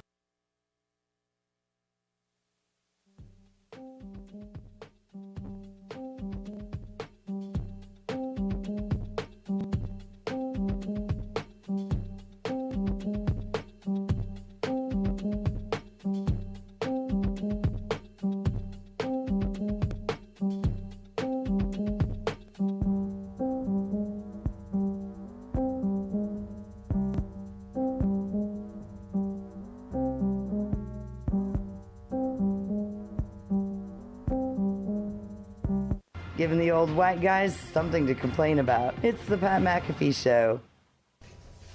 Welcome back to that show.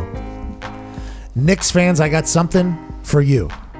'Twas the night before Game 3 and all through the South. Not a Hawks fan was sleeping. They were running their mouths. And the next day they rose without sleeping a wink, still trash-talking D Rose and shouting Knicks stink. But when the game finally came and they got to their seats, the exhaustion caught up, they passed out on their feet. The fans couldn't summon the energy needed and wished they had taken their CBD PM. So make it easier to get good sleep. It didn't rhyme there at the end. Sold it in. Did Bruce blow it? They kind of mailed it in there. Bruce kind of mailed it in there at the end. Wow. Come on, Bruce. Classic Knicks fan, writing ad copy. Yeah. Wow, just mails it in at the end. Can't get the job done. Supposed to win 20 games, get to the playoffs, have the most electrifying environment in sports in Madison Square Garden, and you give up 2 sentences left in this entire thing? Can't have it, Bruce. Bruce, maybe if you slept a little bit better, you would have finished this thing out. Yeah. Maybe if the Knicks would have slept a little bit better, they would have been able to close out Trae Young. Now, we don't know if they'll be able to. Derrick Rose is an absolute stud, and I hope he's sleeping well. It is great to see him. But if you're out there and you can't sleep well and you write terrible ad copy that maybe is 75% good, 25% what happened, you can sleep a lot better with our friends from CBDMD with their CBD PM. Make it even easier to get to sleep. Go 25% off with code McAfee at CBDMD.com. That's promo code MCAFEE for 25% off your purchase of superior CBD products from CBDMD. Shout CBDMD and CBDPM. They put me out like a light last night. It was fantastic.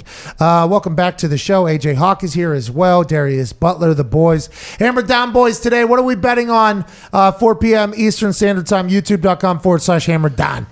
It's a big weekend for Gumpy. It's the Champions League final, which is how many fucking leagues do we got? Too many. How many? We got the World Cup. We got the Olympics. We got the Europe. We got the Copa. We got the what is this one this weekend? Champions League final, 2 English clubs in it, Chelsea and Man City. Okay, is this the Super League competitor? This is real soccer, not a fake league. Okay, but the Super League was attacking the Champions League. They were trying to wipe out Champions League, yeah. The Champions League is the culmination of all the leagues in Europe's top 4 teams each year. They make the Champions League. Unless you win the Champions League title, then you're automatically in the next year, right? Yes, sir. They play on Wednesdays? Tuesday and Wednesdays. The final is on Saturday, though. Okay, here we go. Man City versus Chelsea. Who's winning? So Man City, Sergio Aguero went to Man City when they first got money. They weren't very good. Since he's been there, 5 Premier League titles, a golden boot, 184 goals and 275 appearances. Who's going to win? He said he wasn't going to leave till they won a Champions League. He is going to Barcelona next year. Man City, lock it in. All right, here we go.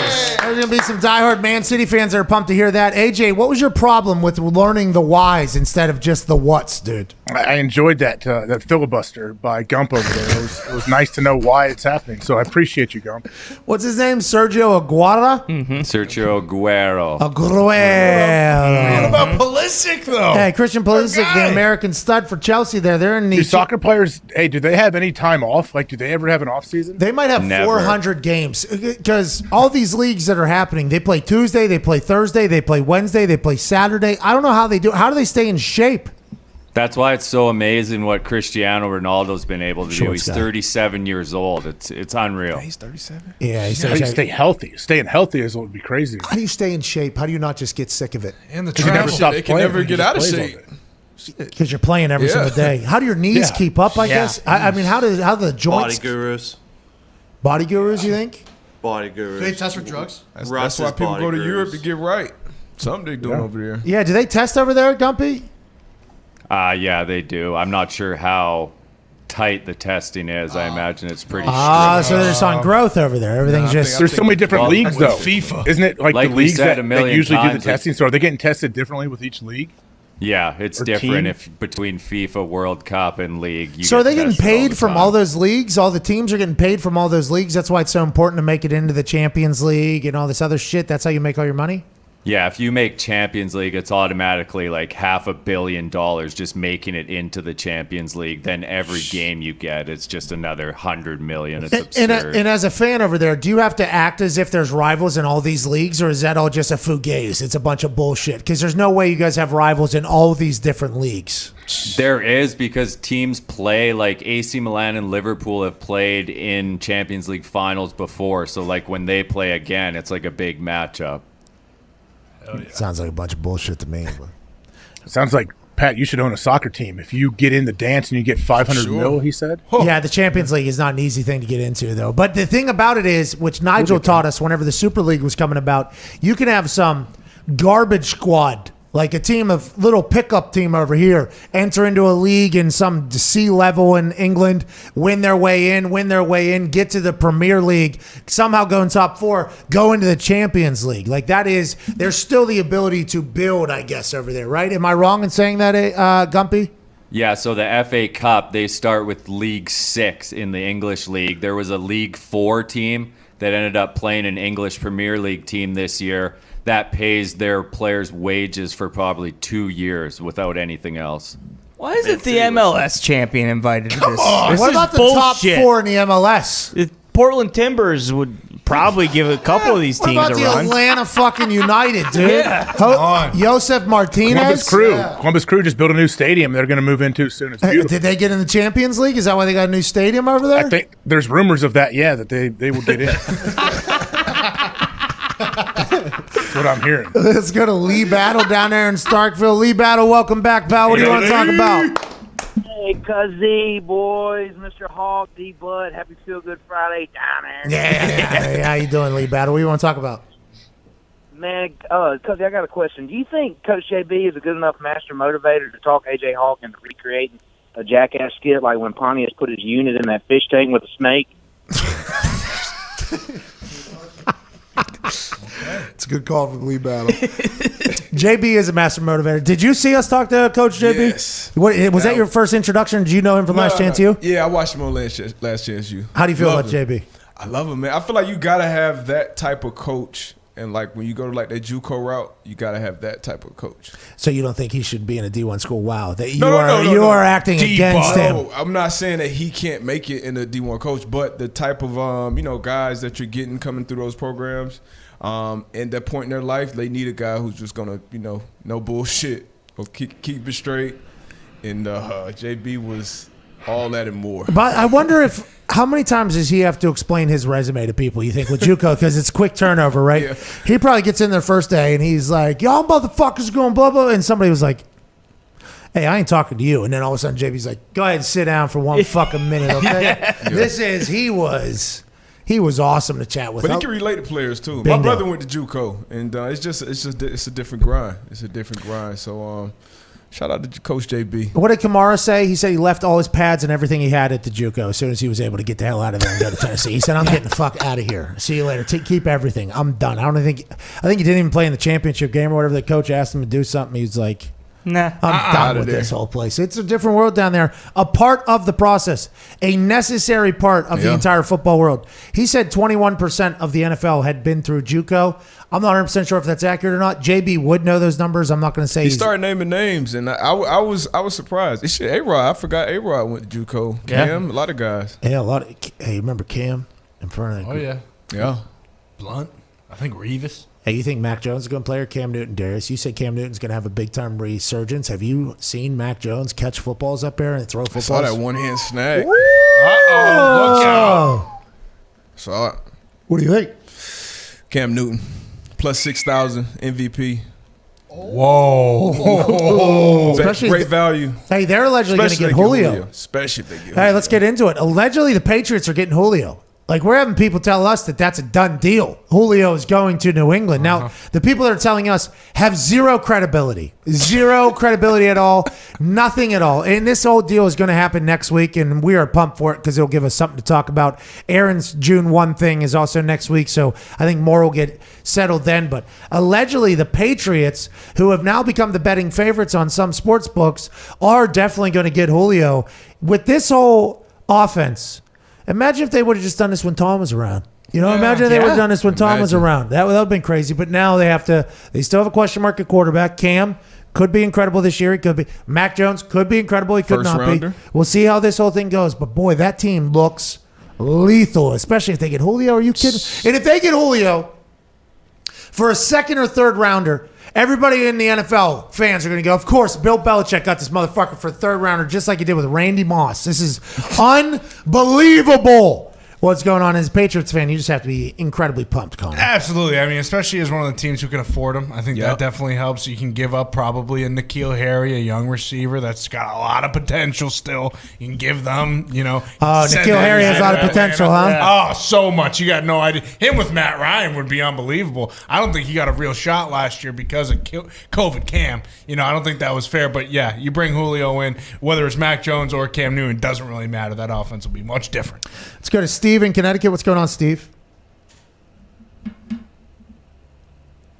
All right, fuck off, Steve. Connecticut. Hey, Connecticut. Your thoughts on Julio being a Patriot?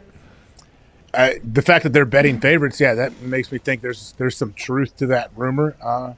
Yeah, why not? And why be mad at Bill Belichick when people do that? Like, oh, of course Bill Belichick does. Don't be mad at him. Be mad at the team that let him mad at your facilitate. squad. Well, that's what you are. I'm not saying you're mad at Bill. You're mad that Bill. You're mad that Bill did this. You know what I mean? I'm impressed. I'd be more impressed. Like, how does this guy continue to make these moves? No, I agree. And I agree the fans should be impressed with everything that Bill Belichick has done. But that's just not the reality of the situation. As soon as Bill does this, they'll go, of course, Bill Belichick does this. And guess what? They'll probably tell Chris Ballard, like, oh, way to go. Now we'll run into Julio in the playoffs. I'm sure Bill won't remember that you guys could have potentially got him and not just feet. McDaniels won't remember that as well. They're not petty like that at all. Don't worry about it. But this is something, and you let off the show with this, how Julio is. He's Julio Jones. Everybody is saying he's Julio Jones. Imagine if he goes to the Patriots. It'd be the most Bill Belichick move of all time, and everybody else just has to sit there and stare and assume it's going to work, and they're going to win another Super Bowl, Darius. I mean, I keep thinking about that. When I was here a couple weeks ago, actually, the Hammer Down boys threw up the odds for the MVP, and that plus 6,000 stood out. But if he gets Julio in that building. Oh, Cam, you're sticking by Cam being a guy. I'm going back to that. See, I'm thinking Cam, I hope he is playing the way Cam is. I've been a firm believer in Cam for a long time. Cam has a rough go first 2 weeks, and Mac is proving it. He's just going to have to sit in the pocket and hit. He's just going to have to sit in the pocket and hit people. That's what he did at Alabama, basically. Yeah. That's what Tom Brady did for a long time. Cam adds an extra element that is incredible, but with what that team, offensive weapon-wise, has now, it's like that is great for a rookie quarterback to kind of get figured out, but hopefully Cam. Yeah, even better for a veteran quarterback. And the thing, I think Cam was dealing with kind of with what Tua was dealing with as far as missing that time with COVID, obviously having a shortened offseason, not really knowing the ins and outs of a playbook. Like, if you know that playbook, you get better weapons around you. You get motivated, 1-year deal. You got McCorkle behind you, first-round pick. I mean, and it's great odds. Who is Matt McCorkle? McCorkle. Isn't that his name? Mac Jones. Who? That was McCorkle Jones. Come on. Is that his name, McCorkle? I thought. That'd be sweet. Is that what I just made that up? Yeah. Is that his full name, McCorkle? Let's find out. Shout out McCorkle. McCorkle would be awesome. I'd like to name my kid McCorkle. Yeah, what is Mac usually short for?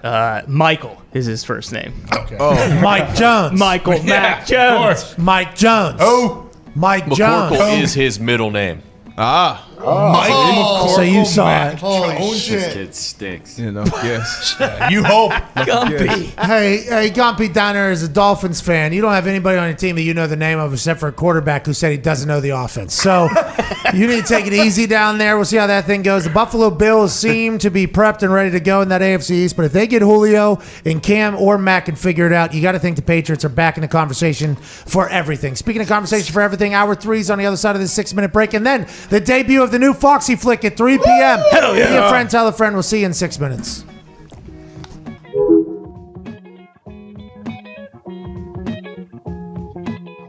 That was very bad at football. We almost were completely defeated until Dan Orlovsky showed up and got 2 big wins. We ended up almost losing the luck pick because Dan Orlovsky, everybody thinks they're going to get fired. Every player thinks they're going to get cut. Every coach thinks they're going to get fired. They try to pawn blame off on other positional groups. If it's the linebackers, they're like, we did our job. D-line can't do anything, can't stop it. There's a lot of that chatter, but it's a miserable existence. I mean, it's just the way it is. That's why you have to have so much respect for a player like Joe Thomas, who played a perennial all-pro career in a situation that was so negative and so terrible. I think if Joe Thomas got a chance and his knees let him experience a winning organization, I couldn't even fathom what Joe Thomas would have thought. I mean, life is just much better whenever you win. When you win, food tastes better. Drinks taste better. Sex feels better. Everything is better when you win. Winning cures all, they say. That's not just in the building and for a football team. That's in your life. Everything is just better when you win. And when you lose, especially when you're talking about some of the most competitive humans on earth, it is a nightmare. You got a lot of people trying to jump off the ship. You got a lot of people trying to figure it out. And whenever you're in a situation like that, it's just a full-blown nightmare for everybody. You got to think, when you get to the NFL, let's assume that the humans that make it to the NFL have had a lot of success through their lives. High school football, probably one good player, a guy who's going to make the NFL can lead a team to success. In college, if you have a couple good players that can make the NFL and make it to the Dolphins, even though the Dolphins stink, you're still going to make the NFL. Let's assume that team has had success. So then you get to a completely unsuccessful operation, a completely defeated operation, and then it's like, man, this is a whole new life for us. I'll never forget, I had a coach, special teams coach. I won't say his name because this is a terrible thing to say as a coach. We lost the game. It was back in the first regime. We were a good team. We lost the game, and everybody was moping. You know, like people were not happy that we lost the game the next day.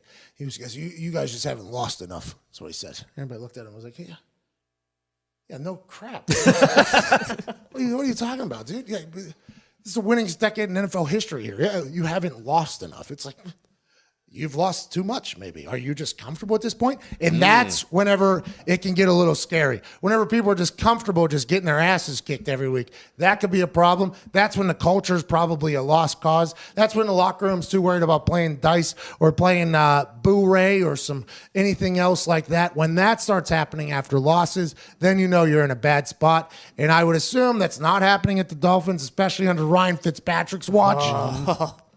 But maybe it is. I don't know. But that is a miserable existence. I am not a fan of that. I think I've realized this year with the conversations, you do seem to be a rather normal human, which is very interesting, right? I assume for a lot of people to hear.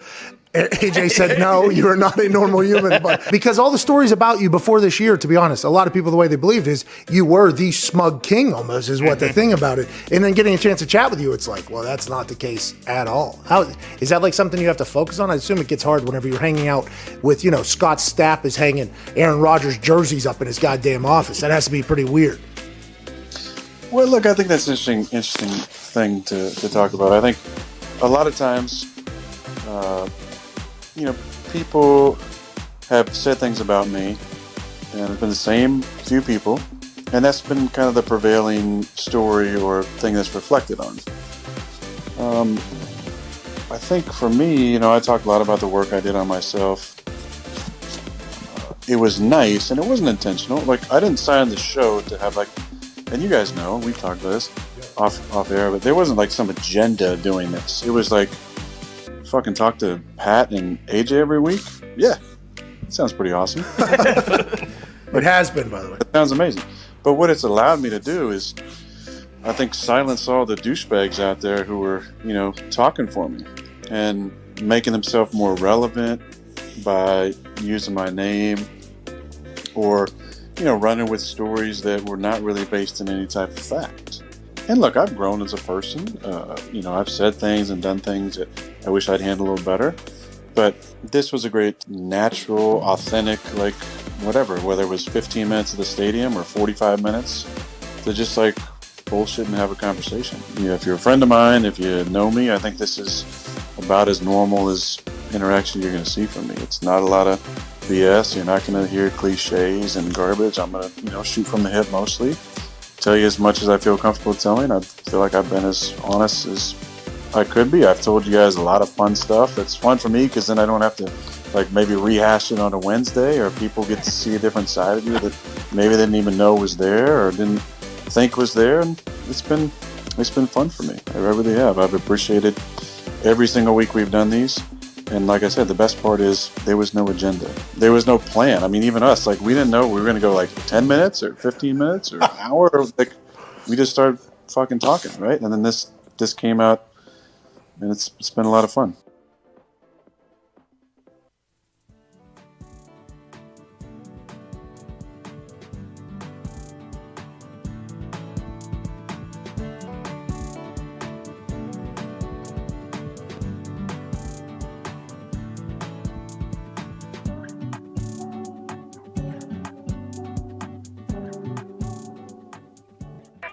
The Pat McAfee Show. There'll be no rules for our guests, for us, for the things we could talk about. Speaking his mind. I've never had a problem expressing my opinions or my thoughts or anything like that. While being relatable. I haven't had that manufactured fake-ass celebrity that a lot of people have whenever they go on those big networks. I've had a chance to really build my crew, build my following, build my audience. And ridiculous. What am I supposed to do? So I'm supposed to look at something that I can definitely afford and say, nah. Is that what I'm supposed to do? The Pat McAfee Show starts in 3, 2, 1. Welcome back to that show. Hour 3 on this Feel Good Friday. Shout out to CBDMD, May 28th, 2021. We'll begin immediately following this beat drop from Twine. Shout out to Twine. Shout out to you. Shout out to D-Butt in studio. And shout out to AJ Hawk joining us live from Ohio. What's going on, AJ? Oh, not too much. How was the break? So I got a text, actually. Per my media source. Okay. Oh, shit. Because they had heard a conversation we had earlier about the Julio Shannon Sharpe thing. Sure. They did not know. Fox, Julio, nobody knew that was happening. And that is why we have seen the actions out of Fox that we have seen with the content since it happened. It has not been reposted. It ended abruptly. There was no follow-up questions. There was no nothing on Fox. Everybody else has talked about it. They have not. So what does that mean in the grand scheme of things? That is my media source telling me that information. I still hold on a little bit of hope that Julio knew about this whole thing. This is a wild trend to begin with, but whenever Julio has a new team, this will all be forgotten about, but it is insane to think about in this world that we're in right now. Hey, wait, but Pat, so Fox isn't re-airing it? Are they not even talking about this? And ESPN's running but they're running the clip, right? I don't think ESPN has run the clip. Not the clip. We have not run the clip either. We got a strike yesterday from the Herd, by the way, on our clip. Come on. Classic move. For running that Alex Smith interview. We should have. I mean, they ask us for a lot of clips. We always give the okay, but like, give the shout out. Yeah. What do you mean you got a strike? What from who? From YouTube or them? They claimed it, gave us a strike, which, by the way, could happen. I mean, that is how this goes. I'll fucking remember it, though. Like, this is one of those things, like, I will remember because I am the one that sees all the emails asking for, potential clips and everything like that in other places. It's just, I thought we had a free-flowing thing, but it might have been because of the whole Julio coverage that we've done this week with Fox, and that's the herd and all that stuff. I'm not 100% sure, but that's a bad scene. I guess they have tried to bury it as much as possible over at Fox. I assume Shannon's not exactly thrilled that this has gone the way it's gone either. I don't know. Maybe he is. I'm not sure. Darius, your thoughts? It's tough, man. It's tough. Tough situation. I'm going to leave it at that. Hey, Fox is in a weird spot because it brought a lot of attention and eyeballs to their show. It's huge news. But then it's for something where they don't, are we in some legal issues here? We're talking to our lawyers. Like, how do we handle this? I guess a lot of it depends on how upset Julio is too, right? Well, and like our players going to be like, hey, let's go talk to Shannon Sharpe about, some sort of thing that I have on my mind now. I don't know. Shannon alongside Skip. I don't know if Shannon was Club Shay Shay, the podcast, was starting to really do well there. Obviously, I enjoy his interviews. I enjoy him on the show. That show's not revolved around guests, though. You know what I mean? So it's like, I don't think it's that big of a deal. In the grand scheme of things, it won't be. It's just it's not much to talk about. Now, Until Shannon Sharpe gets sentenced to 15 years in jail. Yeah, you have not heard the paralegals on Twitter, obviously, D, but there's paralegals out there who have gone to a law school that say, hey, that's a two consent state over there. He could face jail time. Goddamn, Julio have to sue him or something? I think it's not happening. Let's be real. I don't know if the family or state of Julio has to sue, or if it's just against the law. You just broke the law there. Like, you can't do what you just did there. Just a heads up, we are in Florida and it's a two-way consent. So just keep AJ has agreed. AJ has agreed to be on. Mm-hmm. Yes. I consent. Thank you, AJ. So does Patrick in Ohio. What's going on, Patrick? D-Butt, Pat, boys, how you doing on this Feel Good Friday? It was Zito. Everything's great. Thank you so much. And it's great to hear you, Patrick, in Ohio. What do you want to talk about, bub? First off, I wanted to say I'm not speaking for all the fans. I'm just speaking for the ones that count. I just wanted to say, fuck you, Jake. We didn't deserve yesterday for him complaining about being on hold for how long he was being on hold for. I appreciate you, Patrick. I appreciate you. He wants to complain. He needs to put down his pink dumbbells and go down to the nearest Starbucks and go get a soy latte with no foam and then go get his nails done and stop being such a puss. He wants to hang up the phone. Thank you, Patrick, for the call. All right, thank you for the call. Okay. He meant obviously very delicate and important to society. Whenever he said that word there, he did not mean anything else by that, as if it was weak or anything like that. He meant very delicate and important to society. Ain't that right, AJ? Yeah. Soy lattes, I hear, are some of that's what the Vikings used to drink, I heard. Well, and macchiatos as well. Everything you kind of want after. Vikings. Let's go to Jay in Chicago. Jay, what's going on, man? Shout out to Patrick in Ohio. That's Ohio call. Yeah. That was an Ohio call. The guy's awesome. What do you got, Jay? Hey, what's up, Patrick? Called last week. Big fan of the show. D-Butt. Yep. AJ, everybody, the boys. If I'm Aaron Rodgers, also bear down Zito, I forgot to say. If I'm Aaron Rodgers, I walk into Goody's office and say, hey, I'm fucking Aaron Rodgers.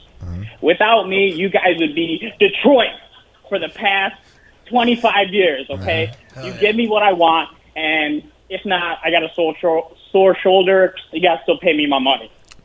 That's what you should do, AJ. Have you told him to do that? No, I have not, but I definitely will. Can you clip this? I want to send it to him.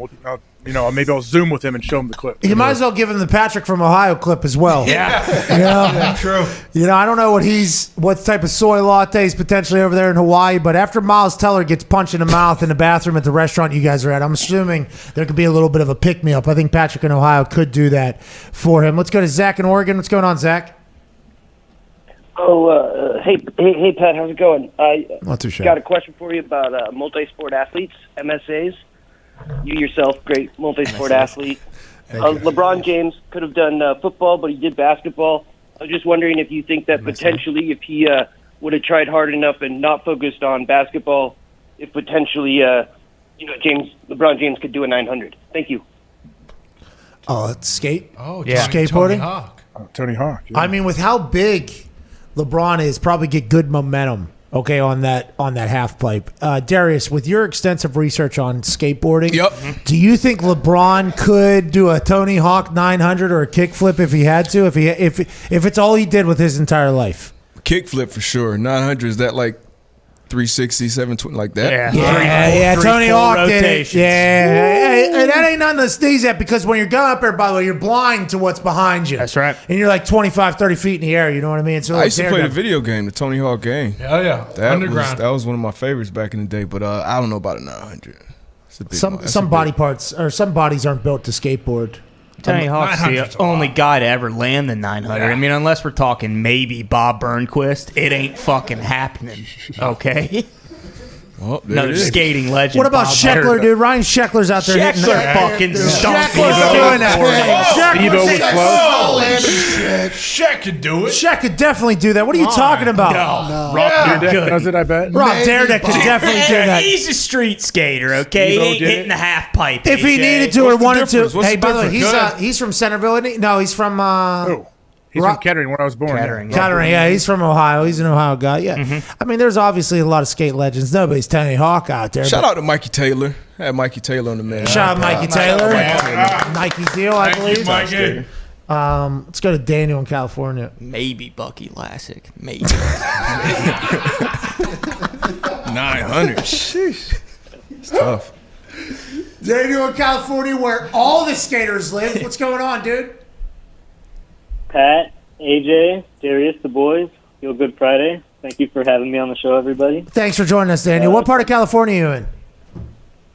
I'm in Palm Springs, nice. California, Southern California. That's where the Coachella is, right? I actually work right next to Coachella. Yes, Oh, sir. nice. Okay, I was there once. Got trapped out in the middle of that desert for about 5 fucking hours. Yeah, it was impossible to get back to LA because the traffic was insane. But good times, good people. Danny, what do you want to talk about? Yeah, it's pretty fucking miserable, but good times. It was. It was yeah. very miserable, actually. Yeah. I had a terrible time, but you're probably a good guy. What do you want to talk about? Hey, everybody gets stuck in it, so at least we're all miserable together. No, there you go. Yeah, it is kind of. I did feel like everybody's. It's my birthday today. Hey, happy birthday, Daniel!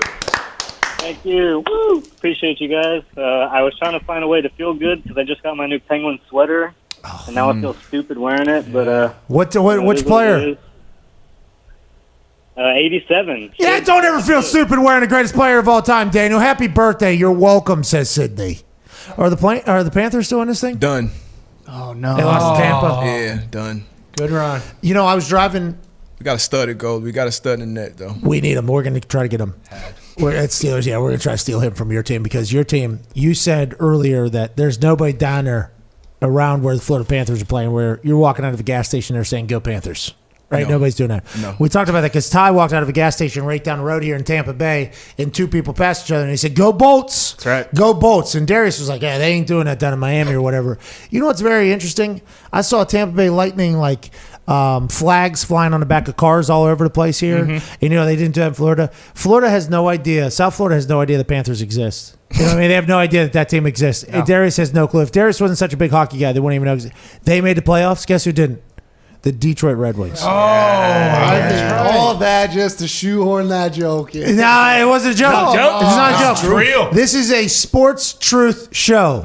Florida Panthers have 0 fans that know they exist in their home city. They made the playoffs. They lose to the reigning Stanley Cup champs, obviously, Tampa Bay. But nobody even knows they exist. They're in the playoffs. Yeah. The Red Wings didn't even make the playoffs. Yeah, we'll get back there. I thought hockey was over, though. I thought we were done with hockey talk on this show. We are. It's over. It's dead. Big Yeah, game. it's dead. tonight. So is the Miami Heat, by the way. They're fucking Shut dead. up, Fox. Yeah, the Heat are done. Heat are dead. Oh, yeah. With the Man. Celtics. Your Yeah, the fanhood's Celtics done, too. Your fanhood's dead too, yeah? No, absolutely not. You're going to pull We'll be for the back next Lakers year. now? We'll be back next year. I like the players, man. I would like to see the Nets and the Lakers match up on the finals. Me too. I would like to see that. And by the way, that's outside, not NBA fans' perspective as well. Like, give me the 3 best players in the East and give me It's going to happen. the 2 best in the West and have them play against each other. That's what we all want to see. I assume Adam Silver wants to see that. With the Clippers, have they played since going down 0-2? No, they played tonight. Yeah, they might just get... They might get swept. Yeah, they're done. And real G's move in silence like Giannis, and it seems like they're probably done as well. The Nets team, they scored 71 points okay, in the first half against that Boston team, and they were fucking around. Yeah. Like this is what, their 10th game together all season. They're only going to get better and better. Nets-Lakers should be a beautiful one, but I want to see the Nets win strictly because the Nets paid the most money, tried the hardest. They wanted to win. I want them to win. That's what I think would be fair. Don't you, AJ? Yeah, that does seem to be the most fair situation. And also, this would be Steve Nash, his first year coaching, correct? And he just won a championship? Yep. Steve Nash was brought into a white privilege conversation earlier by Stephen A. Smith when talking about Tim Tebow, by the way. Because remember, when Steve Nash got that job, it was a big deal. It was a big deal that he got that job over others. Now, I don't know if any other coach could have been able to handle this year in that with a player. I think a player had to be kind of in there, somebody. And I'm not saying Steve Nash. I mean, if they win, he was the right guy for the job. But with everything that was going on in the world, I think you had to have a guy who was a real player-oriented, team-oriented. Steve Nash has done a great job. Now, Phil Jackson's the greatest coach of all time, right? He got to coach MJ, Kobe, and everybody. Steve Nash has a loaded team. Is that Steve Nash's fault, or should we actually talk about how good of a coach he is because he had to keep it all together somehow? Right. I don't know. There's always like 10 different ways to talk about that whole thing. Managing those personality. I mean, it's two-time MVP. You know, was a great point guard. I wasn't upset that he got that job, but I mean, to get those players, I was like Kerr in the job he got with Golden State. Well, Nash was coaching with Kerr, I think, right? Mm-hmm. Yeah. Was he? Yeah, he was coaching. Oh, he was like a consultant. Yeah. Kerr won his first year. First year's like a big thing, I feel like, for the NBA. The NBA is a big Ty thing. Lue win his first year? Yep. LeBron. Frank Vogel with the Lakers. Yeah, Frank Vogel, Nick Nurse with the Raptors. By the way, Vogel had that Pacer squad going for a long time, and then they kicked his ass out of town. Now he's just going to win probably 5 or 6 with the Lakers or whatever. Good for Frank. Congrats, Frank. Good guy, by the way. Frank's a good guy, as is everybody else on that list. But like I feel like managing egos is a big personalities. You can say personalities, but that's old school saying managing egos. Personalities, though, is a big deal. And it's not just egos, by the way. So personality is a much better way to describe it because there's probably sometimes where guys are maybe riding real lows instead of just real highs all the time. Yeah. And that's a big part of the NBA. I think it's a big part of professional sports in general, and that's more position coaches as well. I think that's why Clyde is so good at what he does at quarterback position because he's able to, hey, this is what's going to be expected. This is what they're going to want. Let's go ahead and make that whole thing happen.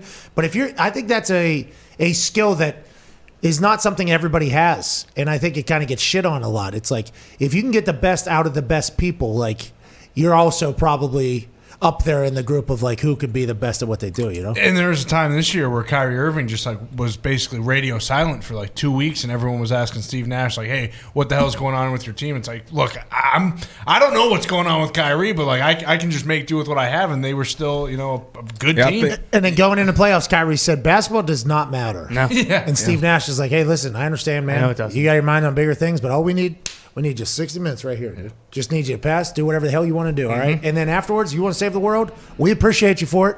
We just need you to show up." That's a skill in of itself as well. Yeah. Just like Tom Brady allowing Bill Belichick or BA to chew him out. Like, that's a skill that people don't, account for. Or Pop, because there's different ways to do it. You saw Pop with Duncan and Parker and Ginobili down there with the Spurs, and then you got a guy like Kerr or Phil Jackson, who let Dennis Rodman go to Vegas for a few days because, it's Dennis Rodman, and that's how you can get the best out of him. So you got to be able to manage those personalities, manage those egos. I think that's the thing that's not talked about enough. Who was the guy down in Miami? Eric Spoelstra. Oh, Spo, yeah. Spoelstra. Yeah, Coach Spoelstra. He was handed the Heatles. Yeah. Right? The Heatles. Yep. Spo's a good coach. Yeah, he's a great coach. Yeah. Great coach. He won. Of course. He's crushing it right now. Couple times. Still there. I saw him with my own eyes. My own fucking eyes. In an Indiana Pacer, Miami Heat playoff game, which happened like 4 straight years or 3 straight years, whatever it was. I was front row right behind the Heat's bench, okay? Didn't have my standard behind the hoop seat. Okay, I think Lil Wayne was at this game. Like, I got booted out of my seat for Lil Wayne, by the way, which is, hey, cool. I didn't pay for it, but I'll get it. I think it was Mike Epps, Lil Wayne, and somebody else was sitting there or whatever. And I was in front row right behind the Heat bench. There was a timeout called in the second half in a very pivotal time. And he sat there with the dry erase board with the marker in the middle of the huddle and didn't move that thing one time. Didn't say one single word. It was strictly for the optics to make it look like he was doing something. And then at the end, they handed in and they just went back out there. It was like, Were the players talking or No, nobody was talking. Just sat. Everybody was quiet. Dwayne Wade was here. Braun was sitting down over here. I think Bosch was maybe standing up. He just sat there like this. It was like a scene out of a movie. And I'm like, is he thinking? Is he thinking? That was the entire timeout. Okay, see you later. How you doing? And catch your breath. From that moment, I had lost a little bit of respect in old Spoelstra's coaching ability. But maybe at that point, he was like, I didn't have anything to fucking say. Good luck, Braun. We're playing like shit. Figure it out there. You know, like it's just buying into the part, you know? I mean, when you got a guy like LeBron or James Harden, any of these guys, Chris Paul, like these guys can pretty much run the show. You know, it's on you to manage minutes. Like I said, through the week, personalities, things like that. But these guys, I mean, what's up with Chris Paul? He goes to new teams every year, puts them on the back, carries them to the playoffs. They'll win. Why does he get kicked out everywhere? I don't know. It's a good question. He gets hurt in the playoffs, like I feel like consistently every year. Yeah, but he takes a new team to the playoffs every year, though. He's the head of the union, right? Isn't he? Yeah. Yep. Is that why he gets I think kicked he out? is ultra competitive, like almost to the point where like his teammates hate him. Like they respect the hell out of him, but like I think it's kind of like a Kobe thing where it's just like, fuck, this guy's a lot. Yeah, because you can do that shit when you win chips. But if you're not winning. Yeah, like him and Harden in Houston, they were really good. Almost beat the Warriors, and then he gets hurt, and they end up losing. And then James Harden's like, hey, I don't really. He and I were talking on a T-box, right? Didn't we talk on a T-box? Oh, yeah. Oh, yeah. Remember, because the news broke that he was going to be in Space Jam, and he was like, where the fuck did you see that? I actually said, congrats on your role in Space Jam. And he was like, where'd you see that? I was like, it was a notification. He's like, these people. He was mad. That was our interaction. I thought I actually was going to get a good pop. Like, hey, here we go. And it was not. It was like a complete opposite. It was like, okay, this guy. But he got loose as the round went on. Hey, did that come out? Is that the LeBron Space Jam? Did that movie come out? The trailer did. And it's fucking way better than the first one. No, looks incredible. When's the last time you watched the first one? Come on, Darius. You know I didn't watch it. Jordan is in this second one as well. I watched The Last Dance, dude. I seen it. I got to go back and watch the first one. The first one, unfortunately, it does not hold up. No, that's not true. It does not. Jordan's in the second one, too, by the way. So LeBron needed him. No, it's a series, right? That's how movies do. You watch a lot of these things. Isn't that how it works? Like in Star Wars, is that old fucking all of them or no? Everyone said that it would not be the original plot at all and a new story. Just number 2. Oh, so same name, different series, you're saying. Yeah. Yeah, that's normal and movies. they said, no Michael Jordan, and then now it's coming out. Who said no Michael Jordan? LeBron himself. When? I don't know. Oh, you're just making this up. See, just making this up. I don't know. It's like the New York City blackout. There was a power outage, AJ. You know that. I don't think any of us do know that, actually. Sure. I believe you, Z. Because Rolling blackouts. We were told by Shrek. You watch Entourage? No. Did not. That was one of those shows everybody talked about. I never got into it.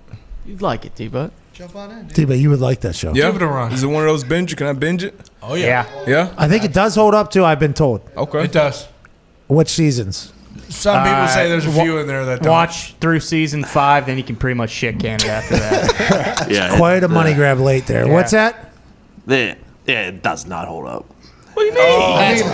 Really? I've heard that from a few people. I watched it for the first time like 2 acting summers is ago. so bad. The acting is so Talk about bad. the acting, it's about the story, dude. Not Piven. You're not saying Piven's a bad actor, are you? No, he's saying Piven's that great. There ain't no fucking way Vince was getting cast in a Martin Scorsese movie, I think is what he's saying. And How about Jim Cameron? He was an Aquaman with Jim Cameron. yeah, that ain't happening either. Beat Spider-Man. So it doesn't hold up? I was told it does hold up. Foxy, you just watched it. You said it was good? Yeah, I loved it, but yeah, there are moments you watch it and you just have to laugh to yourself because it's just like, what the hell was that? Oh, it's terrible. But I still loved it, kind of just in a I gotta cheesy jump in way. there. The Office too. I never got into that one either. The original or How was that one? The original. Everyone talks with about. Ricky Gervais? No, Oh, no. cool it is. You don't know. With the guy from Anchorman. You don't know who Ricky Gervais is? Nah. The dude from Anchorman. Is it Stephen Carell? Is that his name? Yeah. You Then don't the know black who Ricky dude. I know the black dude from the GIFs or GIFs or whatever it's called. Okay, cool. You'll enjoy I The know the Office. characters. You'll enjoy I know all the characters. You'll enjoy The Office, okay? Okay. From Steve Carell, 40-year-old virgin as well. Yeah. You will enjoy that. The creator, though, is a guy named Ricky Gervais. He's a British guy. Okay, he's a comedian. And he is one of the most hysterical humans walking this earth. You would love Ricky Gervais. So instead of watching The Office, what I'd like you to do is watch some of Ricky Gervais' stand-up on Netflix. And then you'll go ahead and get in a rabbit hole and you'll get a chance to experience this. This is going to be your new favorite comedian, I think. Let's do it. No, just watch his Golden Globes hosting gigs. That's where he's funny. His opening monologue. Wait, so he wrote The Office? Yeah, he's the okay. Yeah, he was the original. Yeah, he was the. By the way, they brought it over here. Yeah, he creates everything almost. This guy, just big brain. He's very rich. It's a part of his. And Hollywood hates him. Hollywood hates him. He hates them. Yeah. He's very religious. Oh yeah. Which religion? The one that doesn't believe in religion. Very. I believe. Yeah. When we die, we're going in the ground. Big fan of that. Afterlife. Loves animals. Yeah. Great show. He has the invention of lying he created. I mean, there is any similarities with him and George Carlin? I don't know enough about George Carlin. I think. Oh, okay. I don't know. Him. He's a very Ricky Gervais is. I'm gonna check him out. He goes on the stage to stir shit. Yeah. Like he's going out there staring it right down and does not care. Check him out. He's very, very, very good. The first thing that's happening after this is showing Deba that Golden Globes opening monologue. Yeah, because that in itself will just it's a good intro for you. Okay, we have some updates here from Tom Pelissero. The Bills have given Reed Ferguson, whose brother Blake Ferguson is the snapper for the Miami Dolphins, a $675,000 signing bonus as part of the 3-year extension through 2024 that he signed today, per source, the NFL's new highest paid long snapper. Let's go, Reed. Hey, that Ferguson family is up-down quarterbacks perfection. They are very talented.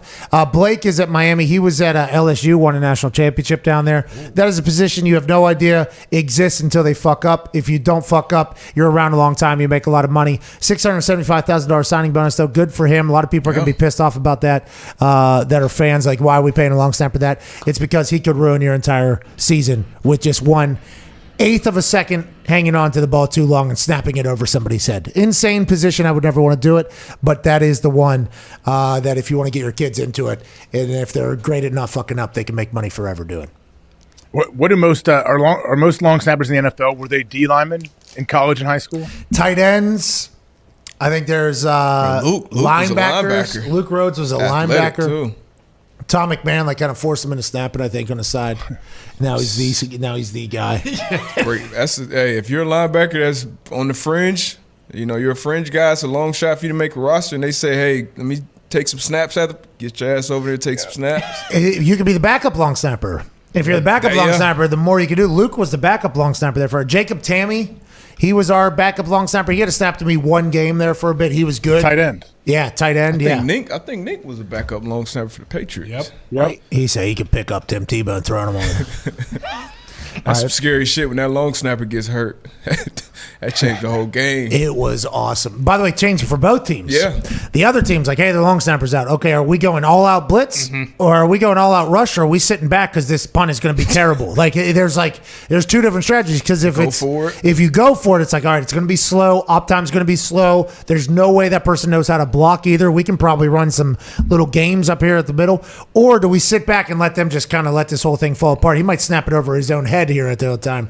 It's kind of both games there. I only had one game. Jacob Tammy, Justin Snow. We were playing against Tampa. I think it was the same game that Eric Foster. Yeah, hurt himself down there. It was not cool. That was a bad, nasty leg snap down there. Justin Snow covering. I think he got blindsided, concussion. Ooh. See him go into the thing. It's like, all right, he'll be back.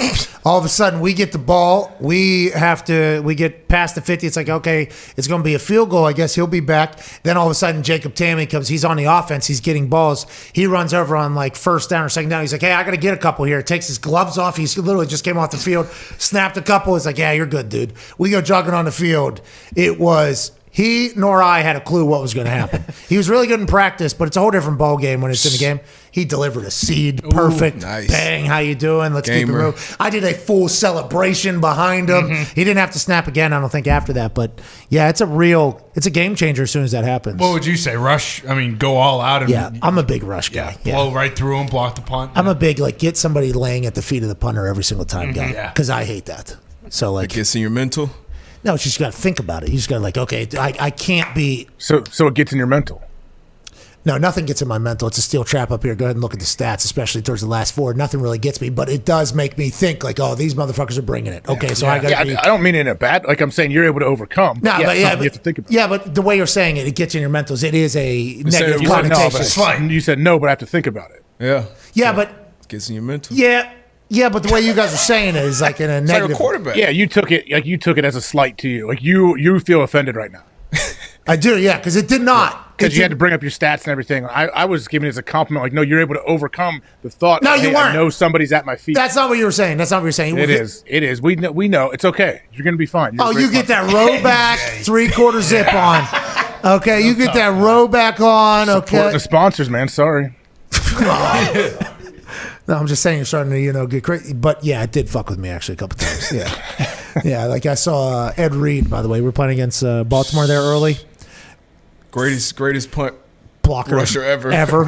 I think 40-some seconds, maybe a minute something left. We're up like 2, and it's a very close game, and we're punting. And I see him go put his hand down in the dirt. I'm like, well, he's not coming in to hold up. That is not a hold up over there, okay? That is a Brahman down in Houston. Then he went over to Philly. Anytime he was on, his head seemed to be this large. You guys had a nickname for him. I didn't go to many special teams meetings, but I went to enough to know the nickname. And he was a guy too, wasn't he? We call him the Stallion. Yeah. Okay. Was that the name? The Stallion. Yeah, he was a stallion. You look like a horse out there. You know, he was a stallion. Yeah. That was not the nickname. That was the nickname. Yeah, the Stallion. Yeah. D-Butt saying it's something else. From what it sounds like.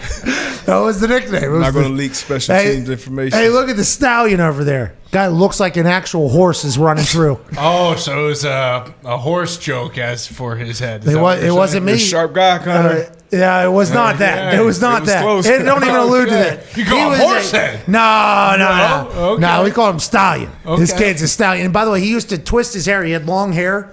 He would twist his hair like a horse's like a mane would. It was unbelievable. The guy was a Stallion. Twisting his hair, massive dome. So it wasn't Stallion. You guys had something ruthless for this guy. Huh? No. Yeah. No, we did not, because he almost broke my leg. He blocked like 3 punts against us. There is nothing. I had the utmost. So he was in your head? Brahman? Yeah. He was in my mentals. Brahman was in my mentals. Well, hey, Pat, and not just mine, by the way. The people who had to block him, apparently he was in their mentals too, because they forgot how to fucking do that every time he stepped on the goddamn field. What's that, AJ? When you said you would put somebody at the punter's feet, don't you think that's key? Like, wouldn't you do that to the kicker as well? Every time have someone fall in front of him, because that you absolutely have to think about that. Well, and the veteran rushers, the edge rushers for field goals, they will always walk in front of the kicker. Like even if they're nowhere near it, they will just walk in front of the kicker, like every single time. And you see it on film where somebody's like rushing, they don't have the edge, and then OG will turn back around and like walk right in front of the kicker. You know, it's just like that little. Are they close? And then like some people will yell. Right, and then I will have to like make sure Vinny knows, like, he's not even close. Not even close. You're not even. Yeah, I am. I'm gonna get the next one. Not even close. There's like a lot of that, because Vinny, though, that would never happen. Right, that would never happen to Vinny. Vinny is never in there. But you could see how some guys like rush, like, oh no, this guy's on. And Ed Reed, the first time I thought about just catching the ball, throwing it. So how do we get out of here? Let's get to a break. We get to finish out this beautiful Feel Good Friday. Shout out to CBDMD on the other side of this break. We got the phone lines are full, and they have been dumped every hour. Okay. Here we go. So I like that. Fresh calls. Keeps it fresh. Callers. This is good. Jake made us get to this point, but it made the show better. So shout out to Jake for what he did, even though Patrick in Ohio hates him, and I hated him for a bit. Thanks for what he did. We answer some phone calls, wrap up this beautiful Feel Good Friday here on SiriusXM Channel 82, Mad Dog Sports Radio, and YouTube.com/The Pat McAfee Show. We are 27 minutes away from the next Foxy flick. Hey, this one's good, AJ. 3 o'clock debut. Be a friend, tell a friend. You excited about it, AJ? Yeah, man. I can't wait. How long is this one? Foxy, I don't know. 8 maybe? Just under 8. Yeah, 8 minutes. Ooh, that was a good guess. Yeah. Cameos? Any cool cameos? You're in there. You have no idea. There's some big. Hey, it's a pretty big one though. We give away obviously the entire, Jeep situation. There's some Friday night stuff situation. There's some behind the scenes stuff. This one's a good one, Foxy. I like this one a lot. It seems like we had more shit to almost cover this particular one. Yeah, Foxy's like a young M. Night Shyamalan, who I just saw had a trailer for a movie that I want to see come out. M. Night Shyamalan is who you're giving Foxy. You show him a little build story. You're building stories for us. M. Foxy. Night fucking stinks, AJ. Don't put that on Foxy, okay? Don't do that. I don't know who that is. And you shouldn't. Exactly. Because he doesn't make good movies. I mean, there's a lot you don't know. He's like Scorsese? No. Scorsese. No, I'm saying Foxy's like Scorsese. Oh. Foxy's like Scorsese. Yes. Yeah. This But is actually the complete much more- opposite. M. Night is Basically. a sack of bones. Yeah. He stinks. This guy doesn't deserve this, I don't think. Sense? I don't know. He did The Sixth Sense. He did. Yeah, which you is know a how good long ago movie. that came out? Yeah. Classic. Long fucking time ago. 50 years. I've never Signs. I've never Signs seen- wasn't a great movie. It was. I've never seen The Sixth Sense, but I do know we had that one kid on who's also in the Entourage movie. Haley Joel Osment. And he wouldn't tell me he sees dead people. He would not say it. He said, I actually You tried gave to that get him up. to say it? Oh, yeah. About 50 times. He's probably been asked a million times. 2 million. And by the time I got there, but I don't give a fuck. I hadn't heard it. No. Hey, pal, I don't know. You don't know that I don't know. I saw you on the Entourage. You stunk in that movie. I wanted to punch you right in the mouth. Great acting. But people are telling me you were awesome as a kid. Fucking let me know. Let me hear it. It was awesome. Pat just kept saying, come on, just say it. Come on. I'm glad he did. I give him credit for not. No, and he has not been on the show since either. So, I mean, that's a shame. Sure, he's crushed by that. I haven't seen him do a fucking thing since. Nope. I don't know who's crushing who, but let's get back on the other side of this thing. 4 minutes. We will see you then with some phone calls. This, what's that? Nothing. Go. Break. What has he done? No, he's not even him. I'm thinking this is between us. We'll see you in 4 minutes with some phone calls and wrap up with this beautiful Feel Good Friday. Shout out to CBDMD before the Foxy Flick episode 6 debuts. Mr. Friday Night, can't wait for that. Let's go ahead and have a good time. We'll see you in 4.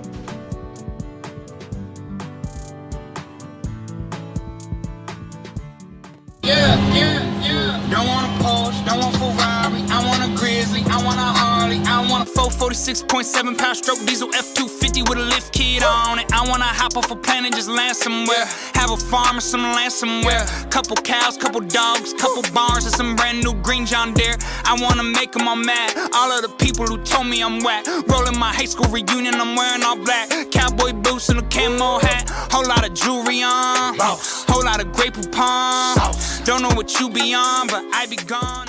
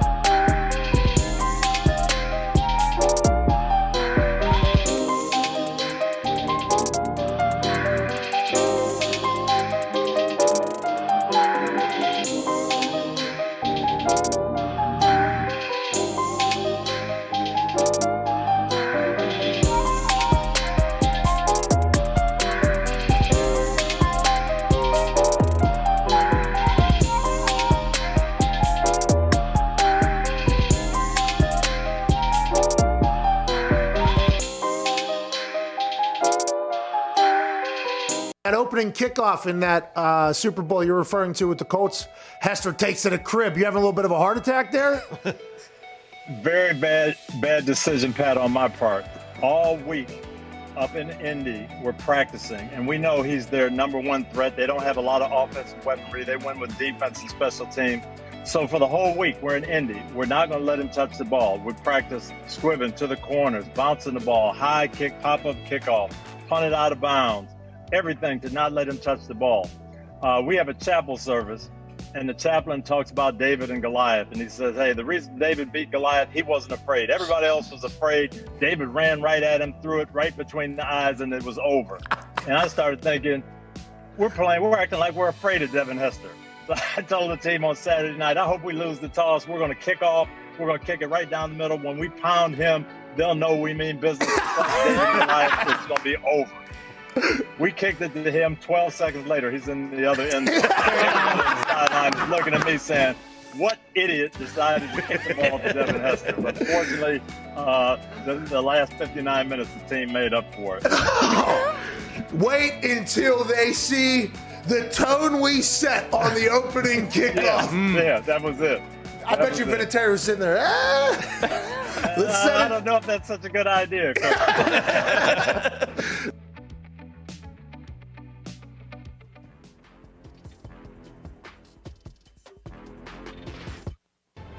This is the Pat McAfee Show on Sirius XM Mad Dog Sports Radio. We thank you for taking the time to seek out this small regional show that streams internationally. Here's Pat and the boys. Welcome back to that show. We're back live from the FanDuel Beach House down here in Tampa Bay. And if you don't know, now you know, FanDuel Sportsbook is America's #1 sportsbook. Right now, FanDuel is letting you place your first bet risk-free up to $1,000. Just place your first bet on anything, and FanDuel will refund you up to $1,000 back in site credit if you don't win. Go to FanDuel.com/McAfee. That's FanDuel.com/MCAFEE to get started. Use this link so they know we sent you. Let's go. That's FanDuel.com/McAfee. $1,000 back. Site credit, risk-free if it's your first bet. Welcome to FanDuel if you come over. It is fine over here. AJ Hawk, Darius Butler, Toxic Tebow, everybody back in Indianapolis. I don't know exactly where to head to after what the conversation ended with heading into the break and then the text messages that AJ had sent during the break. Oh. But I think we just take a phone call and move along. I think that's what we do. Don't you think, AJ? Yeah, we may circle back around, but yeah, let's get out to the callers. Let's go to Joe Roach over there in Wisconsin. What's going on, Joe? We'll circle back around. Hey, Pat and the boys. Happy Feel Good Friday. Hey, happy Feel Good Friday to you, Joe. Appreciate you, man. Yeah, so I got a question for you guys. I'm from Wisconsin, obviously a diehard Packer fan. Not super thrilled with what's been going on. I love A-Rod, but say we do end up having to get rid of them. Could there be a potential trade for Julio Jones and Matty Ice? No. All right, Joe. Thank you, Joe. Let's go to Anthony in Youngstown. What's going on, Anthony? Thank you, Joe. Pat, AJ, D-Butt, boys, how we doing today? Hey, not too shabby, Anthony. Paisan, hold on one second. The reason why we shot that down so much is because the reason why Atlanta's moving Julio is because of money. And if Green Bay was to pick up $100 million and then $17.3 million from Atlanta, that just doesn't seem like something that's going to happen. Now, there have been people that have said, look for Julio to end up on the team wherever Aaron is going to go to. That was yesterday. As of this morning, everybody has said Julio's going to New England now. But everybody said Mac Jones is going number 3 overall. They could be wrong. But I don't know how this whole thing pans out. But if you're a Packers fan, you just got to, I guess, hope that Aaron ends up back with the Packers. That's kind of your hope and your dream, right? Yeah, you just ride the wave. And like I said, Miles Teller keeps getting smacked around in the mouth. And maybe Aaron's going to be leaving Hawaii a little quicker than we thought. We're not 100% sure. Let's go back to Tone in Youngstown. What do you want to talk about, Tone? Hey, listen, you guys had Mark Madden McMahon Helmsley on here yesterday talking about what's best for business for the Pittsburgh Steelers, and Najee Harris getting 1,500 yards from scrimmage. There is no way that is going to happen with that offensive line without Ben beating the noodle before the game, and it's not going to happen against the Browns defense with Clowney on one side and the beast Myles Garrett waiting on the other side. You're right, Anthony. Okay, I didn't even think about that. From Ohio, by the way, probably is a fan of the Browns, if I had to guess. Darius, have you heard about this whole baloney bop situation with old Ben Roethlisberger that he told his church in private that became very public the next morning? He used to beat the shit out of his penis, and he stopped doing that, and that has really changed his entire life around. It's real. I mean, that's a personal issues. I try to stay out of those. But personal issues, and what you do in the dark comes to the light. Church, that's right. Man. Huh? Come on, was it like confessional or something? Well, that's what I'm saying. That believe me, he had to know it was getting out. No, that is it had to be some level of trust built there. Our entire coverage of it when it came out was that we were mad that this came out. It came everywhere. All right. Let's go to Steven in Maine. Steven, what's going on, dude? Jesus. Get used to it, at least. Your face is getting even darker. No, that's tan. What's going on, Steven? That's what I'm saying. It's sinking How in. you guys doing, man? Happy Feel Good Friday. It is. It's What do you think I was talking about? I thought you thought I was getting embarrassed because we're talking about a guy beating the shit out of his dick. No, you don't get embarrassed. Let them beat. Let him beat. Let him beat. LBB. He strokes his salami. Pittsburgh might get 7. You're on a stairway to 7. It'd be a lot quicker stairway if you let him go ahead and take a break on one of those steps. And Just rub one out. what do you want to talk about, Steven? Please, Jesus. Hey, man, well, first of all, Mr. Friday himself, I want to say, fuck those guys that complain about fucking waiting on hold. It's a fucking privilege to be on the show. If you don't want to fucking wait, hang the fuck up, go do your deadlifts or whatever that guy wanted to do. Hey, Steven, the privilege is all ours to have you on this show, by the way, pal. We appreciate you, Steven. What do you want to talk about? Love you, Steve. I appreciate you guys. So a lot of the talk is about the Brooklyn Nets at first, I feel like.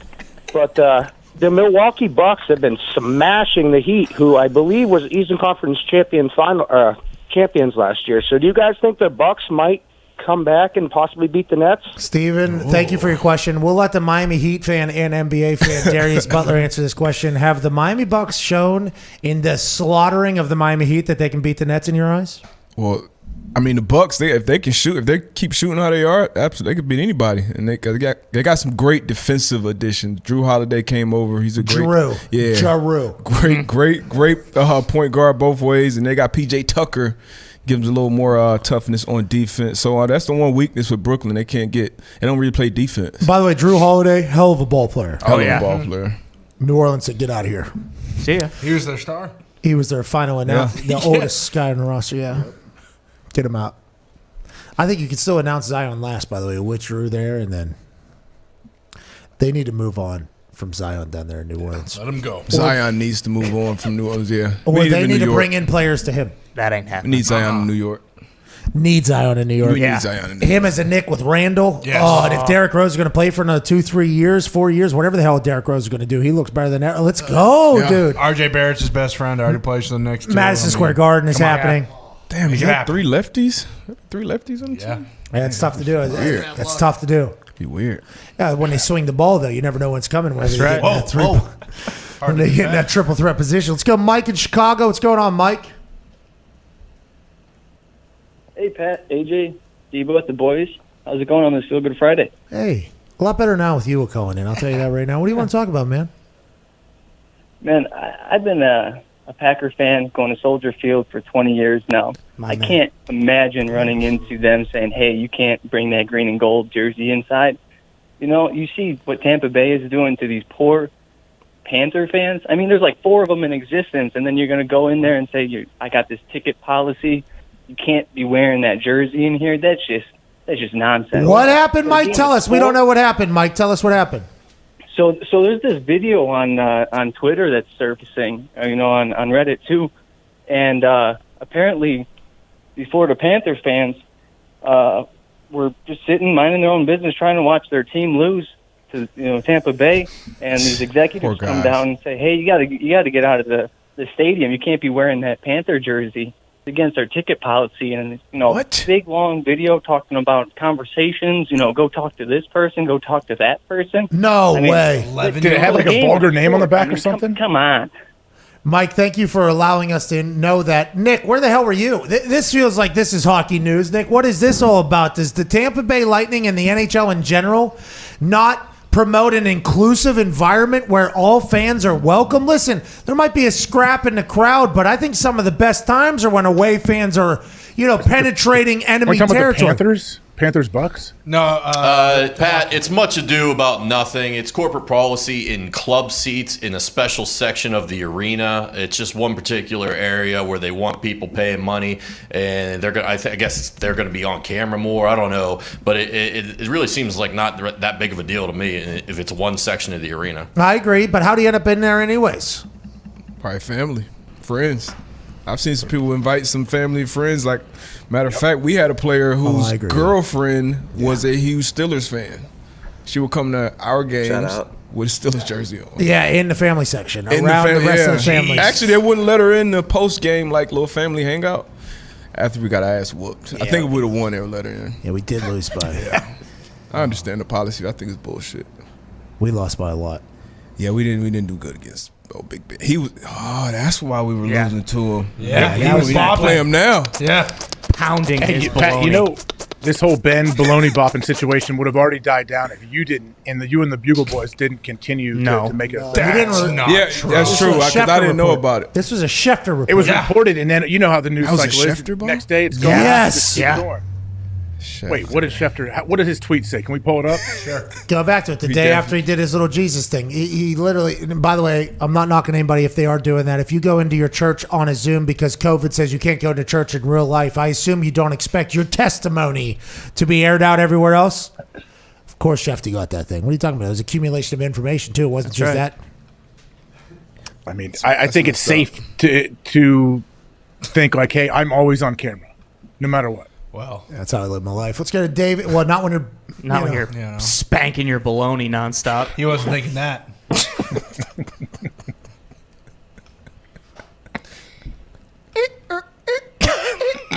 What it is, Dick? What's up? I'm here to beat you up. We're gonna win a Lombard. I wish it would have been Stanley Cup there. David, what do you want to talk about, pal? Yo, what's going on, fellas? I want to see what you guys have for a take on the Bruins and the Islanders coming up. What do you think, David? Well, I'm from Mass. What you think, man? I got a Celtic sweater on right now. You already know who I'm going with. Oh, you think the Bruins are who have been just waiting, lying in wait for this Islanders team who has a goalie that is unpenetrable? You know what I mean? You think that Islanders team is going to mail it in against the Bruins, David? Is that what you're thinking? Nah, man. I think we got a clean sweep going. No, yeah, so you do tell them. Yeah, so you let them know. Let who know? You. Hey, look, I understand that you think this Sorkin character was, some, brick wall. The guy let in 3 goals in that last game. That ain't going to get the job done, okay? All right. Who cares? Hockey season's over. You guys stink. You win a cup. It's all in. Hockey season is protest. Hockey season's over, but guess what? The cup is coming home. Lord Stanley's going to be in Boston for the next year, and most importantly, everyone will be remembered. Boston is Hockey Town, USA. Let's go to Pepe in Mexico. Pepe, last call. Cannot wait to hear what you got to say. Órale, Corone! Yeah. Órale, cabrones. Happy Feel Good CBDMD Friday to you, Mr. D-Bot, AJ, and the boys. Thank you, Pepe. Great to hear you. What do you want to talk about, dude? Hey, just one correction to Mr. AJ and a question to you guys now that we have some experts on the table. AJ, the MLS teams, even though they have the crew, one of the best players ever to play for your crew, Lucas Elarayan, of course, they're not making it to the Champions League. They have not won that since 1962. They just won one time in 1998. So we're due. Let's lay it down a little bit. The Columbus Crew existed in 1962? No way. No. The CONCACAF Champions League, the regional champions, it's existed since 1962. We're going to the big one. We're going to the big one that everyone hates over in a different country. Champions League. Thank you, Pepe. We love Pepe. You get a little soccer talk there. Ultimately, though, who cares? Last phone call there, Pepe. Yeah. Let's wrap up the week. Let's go back to the boys in Indianapolis. Favorite thing that happened this week, boys? Let's go ahead and wrap this thing up. I'm pumped for this Foxy Flick debuting in 7 minutes at youtube.com/the Pat McAfee Show.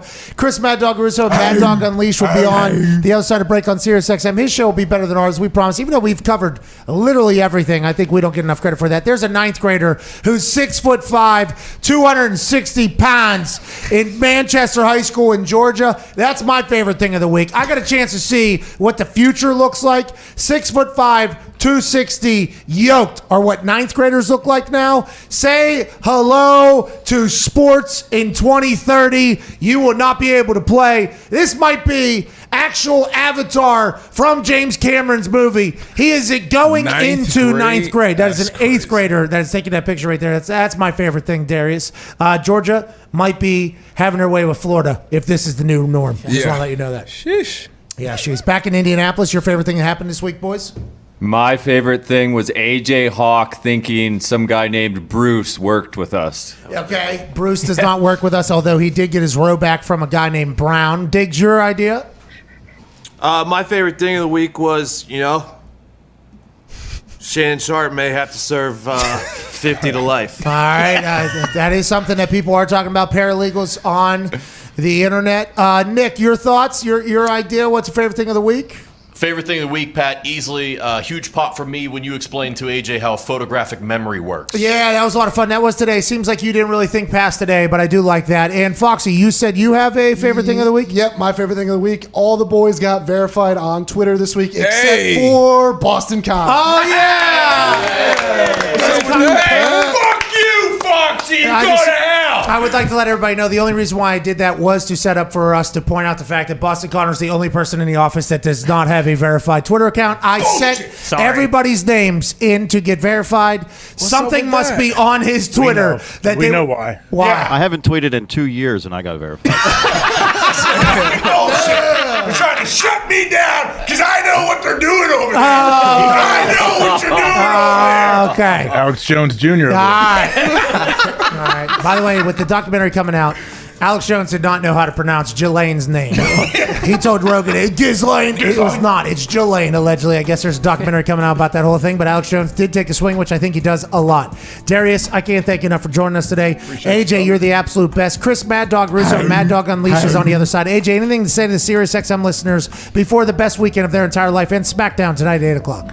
Yeah, good luck on SmackDown tonight. I saw Jimmy Smith was hired on Raw. I've worked with him a few times. I like that dude. But, hey, big Memorial Day weekend. Hopefully everyone has a good extended extra day. We'll see you on Tuesday. We can't thank you enough. Friday night SmackDown tonight at 8 in 5 minutes. Another Foxy Flick. Have the best weekend of all time. Chris Mad Dog Russo's on the other side of this 6-minute break. Cheers. I think we hit it. I think we nailed it. I think we nailed it. Oh, yeah. All right, we have a quicker out here because everybody has to get over to the Foxy premiere, which I'm not 100% sure how that works. Is there the link in the comment section right now? Yeah, we were spamming it right meow. And I will say that it gets up to a few thousand people by the end of the video. Yep. But I'm in there chatting like right now. Like I'm going into that YouTube comments section right now to chat with everybody. It's my first time getting to do it. I'm very, very thankful for that. Thank you so much to all the boys for their hard work. Darius, thank you for traveling. AJ, thank you for your time. To all of our guests this week, thank you so much for your conversation. Hey, do I just log in if I want to do it? Just log into YouTube? The link. We'll send you the link. But if I want to comment or something, don't I have to sign in or something? Yeah, you just have to be logged in. It'll come up AJ Hawker. But every time every time we get in there, there's something new that pops off. So I'm not 100% sure if I know the answers either. We hope to see you in there. We hope to see everybody in there. Foxy works his absolute ass off on this thing, and I think this one is very, very impressive. Thank you to you, Foxy. Thank you to everybody that watched. Thank you so much for your time. Every day that you spend alongside of us, I understand you're probably getting dumber. I understand that your life could probably go in a different fashion that people would say is much better. But the fact that you spend time with us, I am very, very grateful, very, very thankful, and want to let you know that I will continue to spill every last ounce of energy I have into this microphone, as will everybody else, to hopefully give you a show to pass time with and maybe even take a shit alongside. We'll see you on Tuesday. Have the best Memorial Day weekend of all time. Cheers. We'll see you in the comment section of the Foxy Flick, episode 6 of Mr. Friday Night. Have a great one. Thank you all so much. Good week. Good week. Yeah.